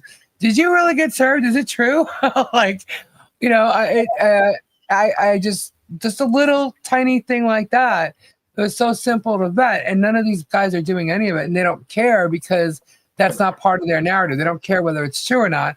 It's all about the hype. It's all about, like, if you look at the thumbnails, what's the word wrecked, WRECKED, wrecked. Lawyer gets wrecked. John Cook gets wrecked. Like by judge wrecks this. It's like, this is, it's not even what happened. Like all it is like he forgot to sign his name on one thing, had to go back and re-sign it. And then the judge struck it because there's a 30-day stay. Like, what is the big deal here? You know what I mean? Listen. It's because Jeremy has a PhD in religion, so he's not going to lie. What? Oh, you didn't know that, Richard? I think that the PhD in religion is what he thinks makes him able to lie. That's the problem. Fuck out of here. Yeah, still 4 cookies on a plate. Still 4 cookies on a plate. Yeah, he's trying to employ religious but also cult-like tendencies to what he does. It's really a disgraceful thing. So. Well, that's what I was mentioning before. Like he preys upon people that like feel either degraded, left out, maybe are in pain or disabled, and he preys upon them, and he just puts this info out there, and he does it in such a way where he's been charismatic like this whole time. Hodunk Hillbilly Bible Camp. I like that. What? Hodunk Hillbilly Bible Camp? Oh, that's funny. That's funny. But it's true. Rather than direct, good energy towards these people, he's using it, and he's abusing their relationship with him as viewers and liking him to incite this stuff. You know what I mean? It's subtly. He does it subtly, and that's how he's grows up. They just keep growing, and then they can't look at him in a bad way. So they look like they're defending him, and they're on the warpath, and they're fighting back. And it's just sad. He uses cult type stuff. That's what he's doing. I know cults very well. I was inside with Keith Raniere. I wrote articles about Keith Raniere. Right. They're the ones they branded the women in their genitals. Yeah. and they had all sorts of collateral. They took secrets of people and held it so that to keep them obedient. I know people that were in that cult. I know it very well, and I studied it a fair bit as a journalist. So I tell you, it has culty tendencies. That's what Michael and I said. Mike Volpe and I said this from the very beginning about Megan's behavior. That's the first thing I said to Mike. I'm like, she's acting very fucking culty. That's the first thing I said. And the way that they operate, it's culty too. It's just, it's so strange. But again, it's not though too, because a lot of the same things employed in religion, for community building are some things that they try to do in cults, but it's just a little perverted. It's a perversion of what they do. They teach in divinity school and religion. So, that's just it's like anything. It's the same tools. It goes back to the First Amendment stuff and the social media. It's the same tools that can be used for good can also be used for evil. It's the same thing with the good stuff. So, it is what it is. So, I just want to make sure the whole hurting of the people gets stopped. That's my main goal. And I'm gonna fight him back all the way. I'm the conspirator. Oh God, we're all part of this conspiracy. Well, I think I think it was a direct result of the other night when I started putting all the people up there in the chat. Yeah, I think this whole thing is a direct result of that. Everybody started talking because I think we hit what's called the tensile point of weakness. When I started putting all those Hodunk people in there that I'm going to hit with subpoenas, they all got scared. And so Jeremy, as the master of the cult on that side, had to show he had power over me. And so they had to say at any cost, we served paid chips today, that we dominate paid chips. So you don't have to worry about him coming after you, because he said he was going to come after you, but I showed my power and I showed how I could serve him immediately, which he didn't do. He lied and said that he served me, but it's still more important. The lie is important for him to maintain the father figure. The leader figure.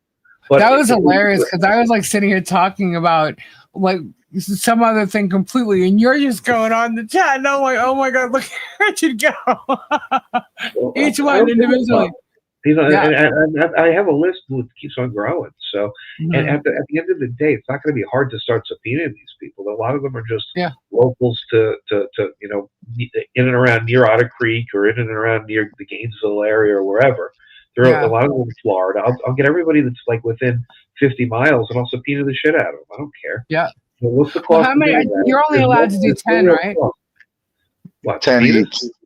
10 each, like 10. You're only able to subpoena 10 people because originally Jeremy. That's until unless you file a motion for more. You can always get more. Oh, okay. Yeah, no, I'm gonna try and get as many as I can. Are you fucking kidding me? He's gonna have to deal with that with 11 attorneys. Well, maybe 11 attorneys. And we might do a joint defense meeting at some point where, we just start divvying up what we ask for, and at that point. But to think about the cost of getting something served is not that much. You talk. Let's say if you decide you're going to do 10 subpoenas, you can get a process server in a certain area to probably hit every one of those people for $500-600. That's with the fees and everything else. Right. So if you think about that, and you're going to get 10 people out of it, then the big cost is going to be to pay for the court reporter and the transcripts. That's going to be the big cost of all that. But by virtue of doing that, you're going to have a situation where you're subpoenaing all these people, and if you do any little research on them at all, you can start asking them questions to get people into traps. And if you start taking Jeremy's people and putting them into traps in depositions under sworn testimony, and Jeremy can't protect them at that point, then he loses the idea that he's the leader or the father figure of the cult. Right. Therefore, what you'll do is you have to crucify several of the little people in the cult in order to destroy Jeremy, because that's the easiest way to destroy him. You take a couple of little people who were innocent and that Jeremy could not protect, and you destroy them, and then what happens is Jeremy has no power. And these people aren't going to be innocent. We're going to find things on them. We'll find if they cheated on their taxes, or maybe somebody's going through a divorce and we talk to their spouse and get all the dirt on them, or we talk to some of their enemies and we get the dirt on them, and then we confront them with it. That's what they tried to do, yeah. We confront them with this is going to be very easy. This is going to be people who are regular people, and we can figure out, they're Jeremy followers, and their lives could be really upended, and it's going to be a very sad thing for them. And I'm going to give every one of them the opportunity before I go to destroy them. I'm going to give them the opportunity to flip on Jeremy, and maybe some of them will take it, and maybe some of them won't. But it's good. And this is what's called scorched earth litigation. That's what this is, and I'm a master of this. And I really, you feel bad about it at a certain point, but I have to look at it as this is a matter of self-defense at this point. I'm not the one who started this. I'm not the one who went to court with this. And frankly, the best way for me to destroy Jeremy Hales is to destroy his support system. So I'm going to use this litigation to tank his ability to collect money from followers in the future by destroying his follower base. I'm going to use the litigation to do it.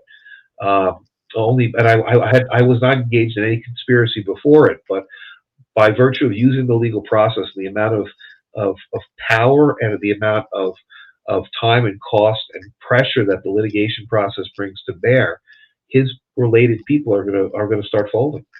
They're not going to be able to sustain it. He's not going to sustain them. It's not in his DNA.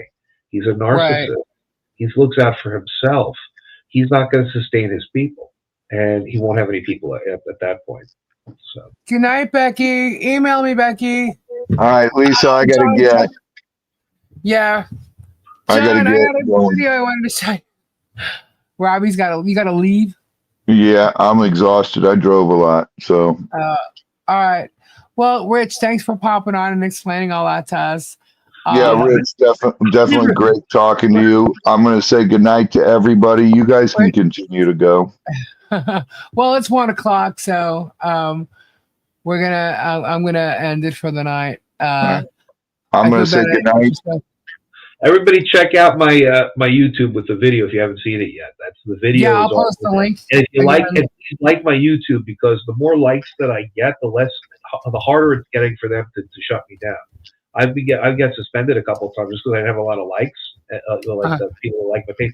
Now I'm starting to get a couple of more, and they're not. It's harder for them to try to get my content taken down when I tell the truth about Jeremy. So. Yeah, I'm trying to get the link to it again. I had it. Where did it go? Hold on. I gotta pull it up. I'll actually put it in the description. Send it to you right now. Hold on. It's like okay, yeah. Send it in the private chat. I had it, but I think I closed the window and I lost it. Yeah, let's see. The one with Dinesh right here. Is John Cap still here? Or did he leave? Did he totally miss him? John Katz, where you at? Hold on, let me show something, guys. I think this is the first one. I might have a different. OnlyFans says shut up, John Caps. Yeah, that was the first one I got. That's the only one I uploaded. I had to so I have another one. Dang it. I just missed them. I have a couple of them, and I have a final one that I needed to upload. But the song that I used at the beginning made me have to delete some stuff, so I'll do it again tomorrow. But there's a special video for John Caps that Mo did. Sorry, Mo. Did you put it in the? Did you email it or did you private chat me? You got it. I can put in the private chat. Oh, okay. You see it? No, oh, there it is. Okay. All right. Let's see. Yeah, this is the one. This is the one. This is the guy Dinesh who Jeremy's teamed up with. He's a terrible person. He's just as bad, if not worse, than Jeremy. So it's he's scary, man. Just like I said, watching his intro video, what he does, I'm like, oh my god, this guy definitely seems scary. But I didn't watch anything else, Yeah. No, so they're all bad dudes. These people, they really are bad dudes. I'm gonna see if I have the video that I could, if it's on YouTube. If I have it, I'll give you the link now too. He was bragging about how he was going to get his kid the penis dissolved. What? So, yeah, like he's talking about how he doesn't want to be his kid's first bully, and that his kid loves the color pink. He wants to be a girl. He's going to let him be a girl, and that means like dissolve his penis is what he's saying. Oh my gosh. That's what this guy talks about. Yeah, he's a fucking liar. He's just a pathological liar. He's one of these these wokesters who their kids are not kids. The kids are woke props for them, so they can use them to virtue signal. Yeah. That's I mean, however people want to live, that to me, I believe that's up to them. But when you're doing that with children, I say let them grow to be what they want to be. You know what I mean? And they'll just, they'll take care of it. Yeah, don't mutilate a fucking child. Right. That's what it comes down to. It's crazy. It really just is. It is. That's absolutely insane. I don't know. I don't get it. I'm glad I grew up when I did, honestly. Diana, hello. So, is there another link to another video, or? I'm gonna see if I can find this Dinesh one. I don't know if I have a YouTube. It's on YouTube yet. Let's see. Did I miss anything? Bearded, Marla, everybody renewed their memberships. Thank you so much, Sally. Thank you so much again. You guys are awesome. We didn't get to do a giveaway too. Yeah, wow. What crazy stuff this is going on here. Did I just lose all my screen? Oh my goodness. Okay. So that's what happened. I lost all my windows. Okay. Well, you can check my page. Anybody wants to go to my page and learn about Dinesh, just go to my page and type in Dinesh. I'll give you the link to my page. Everybody's got my page, so I'll give that to you. And just type in Dinesh, and I have some videos there. I have more on my Substack. That's where I have like a lot of stuff. But right. I'm trying to build up the YouTube stuff. There's a lot of Dinesh that's there. It's probably 22 videos on Dinesh. There's a whole bunch on Jeremy. Let me see how many I have on Jeremy so far. Because I've been doing a lot with Volpe too. I got 22 videos on Jeremy as well on YouTube, and on a whole bunch of things. So starting with Bruce's interview that we did with him back in January, which really kicked all this stuff off. And we have all the stuff. Yeah, I have a whole bunch of stuff on there. He can't stand it. I got the link for your page. Oh, you got it? Okay, cool. Yeah. All right, that I was able to pull up real fast. All right, Richard's a YouTube channel. Oops, got it. Yeah, here it is. So you're doing your weekly podcast with Michael tomorrow, right? We're not. Michael is in Idaho right now. Oh. So we and him are probably not going to do this week. I'm actually going to do it's actually better for us. I got another interview I'm going to do this week on bar association discipline and fiduciaries and how the bar associations like suck. How they basically don't like it's different from a financial advisor. Like if you have financial people and Wall Street people that are managing money, they have all these regulations, FINRA and all that other shit. But the bar association is the same type of fiduciary, and they got no regulation. So it's a little bit out of control. Is that similar? I don't know if you heard what Leslie was talking about, but she was talking about, which is kind of like, it's like she became a lawyer because the law didn't work for her. You know what I mean? So she became a lawyer, but then when she got in there and she was just dealing with the justice system itself, she just realized that it wasn't going to be for her anymore in that capacity. But she was saying, she has different ways of saying that, and obviously they're personal to her. So, I'll let her speak on that. But she was saying that within that, like the bar itself, and there's certain organizations that people won't ever even know about, you know, that you're up against, and you don't even realize it, you know, until you're there. It's crazy, actually, and that's the thing. People who, you know, a lot of people get into the legal profession for the wrong reasons. You know, Right. like when you were a kid, you saw, like, you know, maybe LA law. I'm dating myself, but or Right. suits would be a good reason. You know, like you see Suits, and I want to be a lawyer because I watch Suits. You know, Right. it's not like that at all. It's like such a bullshit glam type thing. Mhm. You know, and if you want to do it just to make money, there's so many other things you can do, and you can make money a lot more easily without being as crazy as a lawyer. Lawyers like one of the worst ideas to go. So lawyers make a lot of money, but lawyers work a lot of hours in a very stressful way. You know, Right. so the amount of time you have to spend and put into that, and investment and everything else. If you want to make money, there are easier ways to make more money. That's just what it comes down to. Yeah. See, I would like just putting this whole case together as far as like all the evidence stuff. Like I'm not joking. Like I had to go watch so many of this idiot's videos, but there's a lot of evidence, and just putting it all together, laying it all out, very, very time consuming. And I'm not the lawyer, nor am I, you know, like a legal authority that's needing it. You know, but I'm setting it up and laying it all out and stuff. So to me, it's like, wow, like in the music industry, like I've dealt with so many artists and stuff, especially with the MTVs, like Napster came out and stuff, right? So these artists weren't getting their royalties. Like I'm really big on that. Like I understand getting, you know, free music and things like that, but I also believe that these artists, they work. This is their talent. This is their creative. They are entitled to their royalties, you know.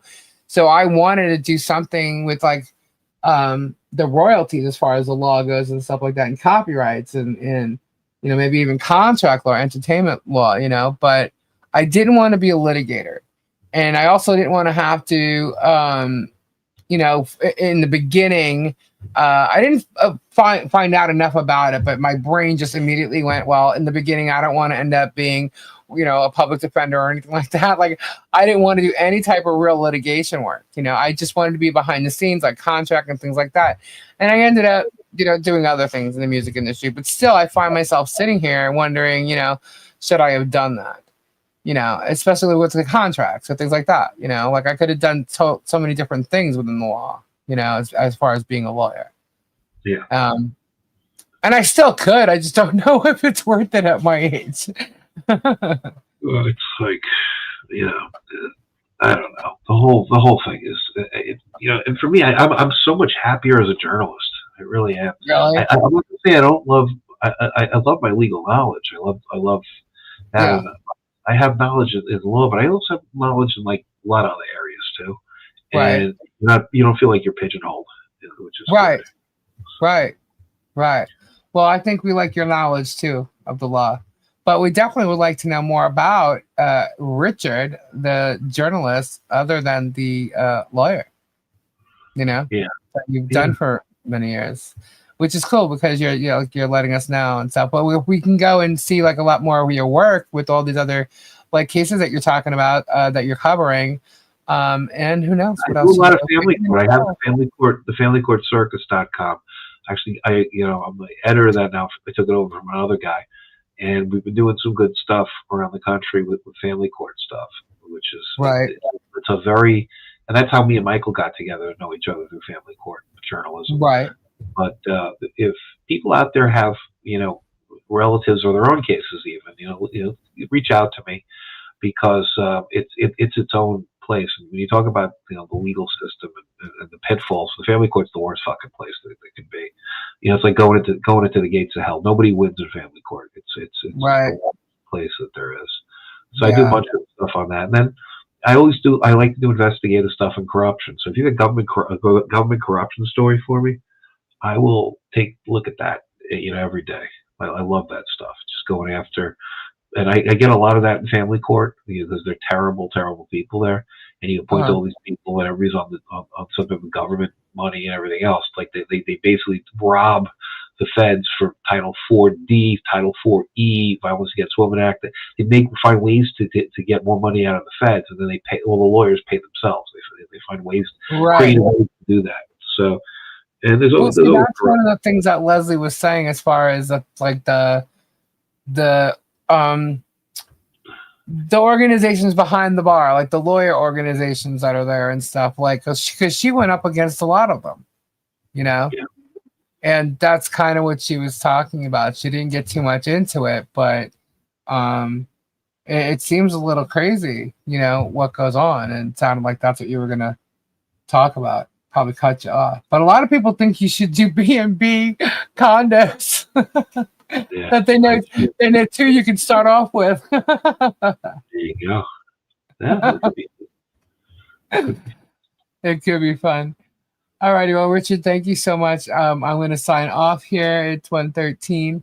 Guys, definitely go and check out Richard's YouTube channel. Richard's a lot of fun. He's very knowledgeable. And I again, Richard, I am so glad you're on this case. I think you're going to make it more fun for us because it's serious. It's serious. But I like the way you talk about and your knowledge of the law and what can be done and stuff like that. And it's very, very helpful. no problem. Thank you. But thank you so much. So guys, go check out Richard's channel. Mods, thank you so much for hanging out and being here. Everybody go check out their channels because they're great people too. Prayers for everybody who needs them. And I will not be back tomorrow. I will be back Thursday at 10 o'clock. So as long as there's no other thing that happens, but hopefully I'll be back on Thursday. If there's court news tomorrow, I'll pop on. So I shall see you then. Thank you all so much. Have a great night. Bye-bye. Bye. Ta-ta. Toodaloo. Good night.